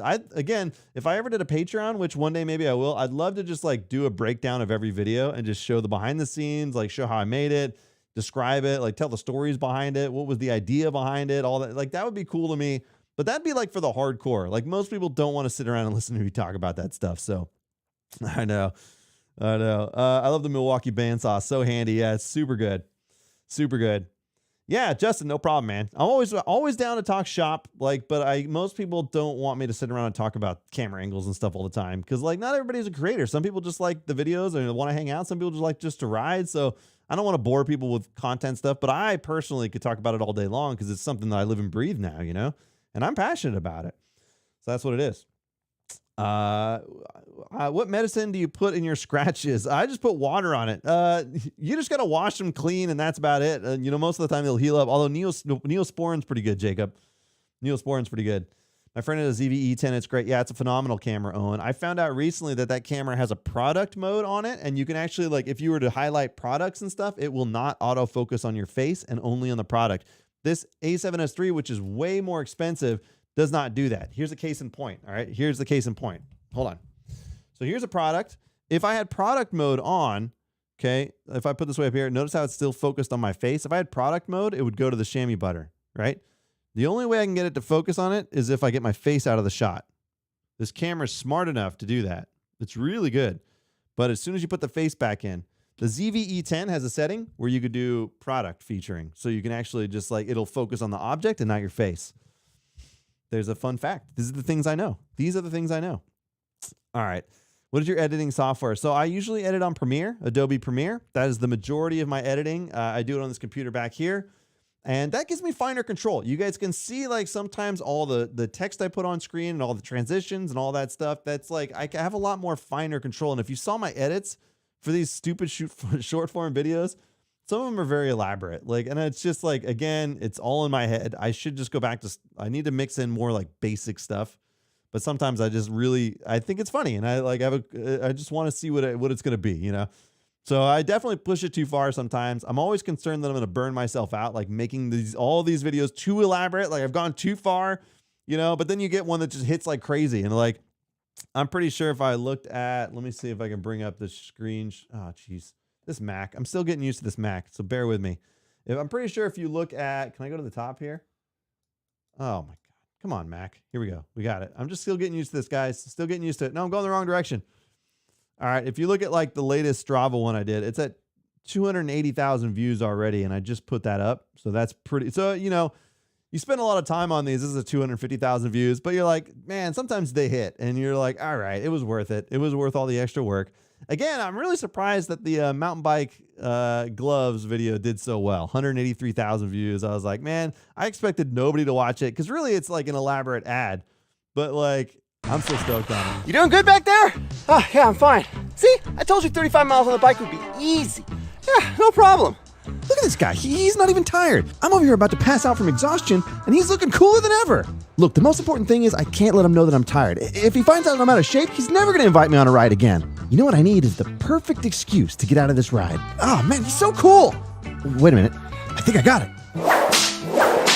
Introducing the Calirado Kid's brand new mountain bike excuses riding gloves, complete with 8 expertly crafted excuses to get you out of any situation. And with their patented dual mustache technologies, you'll be delivering excuses like the Calirado Kid in no time. Look, I'm not super tired or anything, but I think my suspension's set up wrong and it's really holding me back. It's true. Oh man, your suspension's messed up? It's true. We're gonna have to turn around for sure. The Calirado Kid Mountain Bike Excuses Hand Glove. so you always have an excuse handy. Link in bio. If only you guys knew how many mosquito bites I got filming that. Like, astronomically large amount of mosquito bites. And I really I had an idea of the concept that I wanted to make when I went out to go shoot that video. But like, I stood around for a good hour, like trying to really figure out how the angle I wanted and like all that stuff. So I was just a monumental, but sometimes that's what it takes. I sit around and I like think about it. And then it took me a while to get the lighting right. Like, dude, all right, I'm sorry. Now I'm rambling about shop talk. It's enough. We've already been at it for over 2 hours, almost 2.5 hours, guys. Can you believe it? Can you tell me another content creator that's going to sit here and talk to you guys for 2.5 hours straight? You're not going to find them anywhere. All right. BKXC is a baby. He gives up after an hour. He says his voice hurts. All right. But not me. Look, that's going to do it. It's almost 9 o'clock. I can't believe it. Anyways, thank you guys for jumping in here. It's been a hell of a journey. 100,000 subscribers. I'm stoked that you guys are here to support it. The frequent flyer, my email is thecaliradokid@gmail.com. Shoot me an email there for the winners for tonight. I got notes of you guys, but I need you to reach out to me because there's no way I'll find you here. So again, thank you for your guys' time. I appreciate you guys' support, whether it's just viewing, whether it's liking, whether it's sharing. All that stuff is important. Like, you don't just have to buy a pair of gloves. That's irrelevant. Like, I'm stoked that you guys did it. But just jumping in and chatting and jumping in and making comments and liking. And when people share the videos across, like, this is the only reason this is successful. So I appreciate it. I'm stoked that we reached 100K here. Next celebration we'll have is 100K over on Instagram if they ever figure that out. And we'll go from there. There's tons more coming. I'm going to be hanging out with Seabass on Monday. So that's going to be fun. And yeah, Owen says, oh, and I'm so hyped. I'm watching your live stream because now I can compliment your glorious, majestic mustache. It's beautiful. Yes! Flattery will get you everywhere with me, Owen. Flattery will get you everywhere, and I appreciate it. That's why I'm going to give you some chamois butter. So you just won that for your compliment of my mustache. So chamois butter is going to send me a message, Owen, and I'll get you squared away. All right. Otherwise, I appreciate you guys jumping in. Owen, I'm making a note right now. Owen Lewis. Now everybody's going to jump in and start complimenting me. Knock it off, guys. All right. Owen, you won something. Just shoot me a DM on Instagram or shoot me an email at thecaliradokid@gmail.com and we'll get you squared away. Look, I appreciate you guys. What did Kyle say? Is this thing actually about to end? Yeah, Kyle, I'm going to end for sure. There's no way that I'm going to roll credits and come back. That's just not my style. I just like to get it over with. So there we are. 2 hours, 20 minutes in. Hell of a live stream. I'm really excited, guys. We'll see you on the next one. Okay? Yeah, we'll see you on the next one. Okay.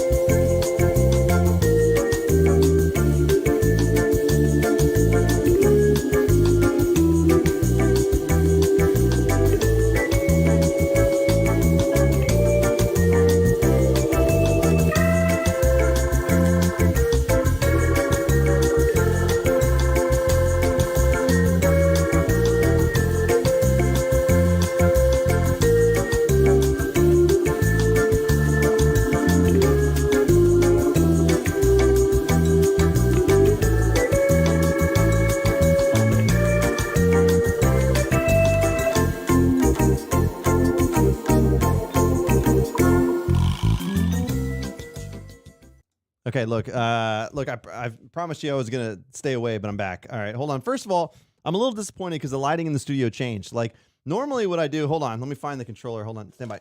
Okay, hold on. I can't find anything in here anymore. It's just a mess. All right, don't ignore the noise. Look, this remote, the battery's dead on it. So the lights that are supposed to be on the back to provide ambiance, it's not working. And the problem is it was daylight, now it's night, and it's not. Just everything. You build a brand new studio and everything breaks anyways. I can't believe it. It makes me mad. All right. I told you guys that I'm working on a top secret project with stands. Okay, I got to figure out some green screen stuff. So I always talk about the idea of like improving my skill set. Here's the concept. Ken, you guys are here for the live stream. So you kind of get the, secret behind the scenes stuff. Okay. Look, Stans has got me a bunch of stuff, okay, and I'm gonna shoot one for him to highlight the sealant. But here was the concept. Here was the concept, and I like this. All right, so imagine, if you will, like how tire sealant works is the premise, right? Now, I could start the video. Maybe I'm gonna start it with like a hammer and a nail. Like, you guys ever wondered how tire sealant works? Let me show you. Boom. You go like fast, and then you hit the nail into the tire. Then a shot on the inside of the tire as the nail comes through. You know, like that. Then it cuts to a shot of me. This has all got to be green screen. I got to try this tech out and see if I can make it work. I've never tried it before. But the idea is going to be like, you ever see those like it's like sex education videos where like the semen's like swimming towards the egg? That's the idea. All right. So like then there's a bunch of me like swimming up to plug the hole. You know what I mean? I'm going to... this could be disastrous, but like I pitched it and I think it's funny. I think it's funny, and I think it like it kind of describes, right? Does it like, is that they're gonna tell me no. They're just gonna like, I'm gonna send it to them. They're gonna be like, just let's not post this. I'm gonna figure it out. Don't worry, it's gonna be fine. It's gonna be fine. Okay, now we're gonna end it for sure. Okay, we're definitely gonna end it now. I appreciate you guys being here tonight, and we'll see you in the next one. Okay, yeah, all right.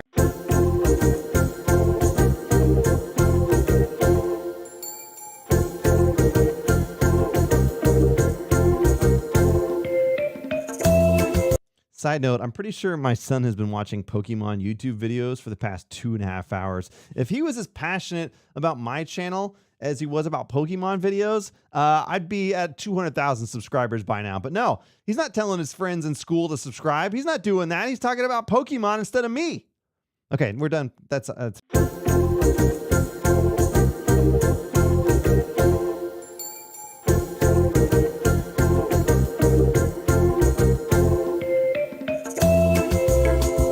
okay, one final thing. Paul the punter told me once, he's like, why do you like keep coming back at the end of the live stream when the live stream's over? I'm like, I don't know. I thought of something else to say, Paul. It's none of your goddamn business. Okay, we're done for sure.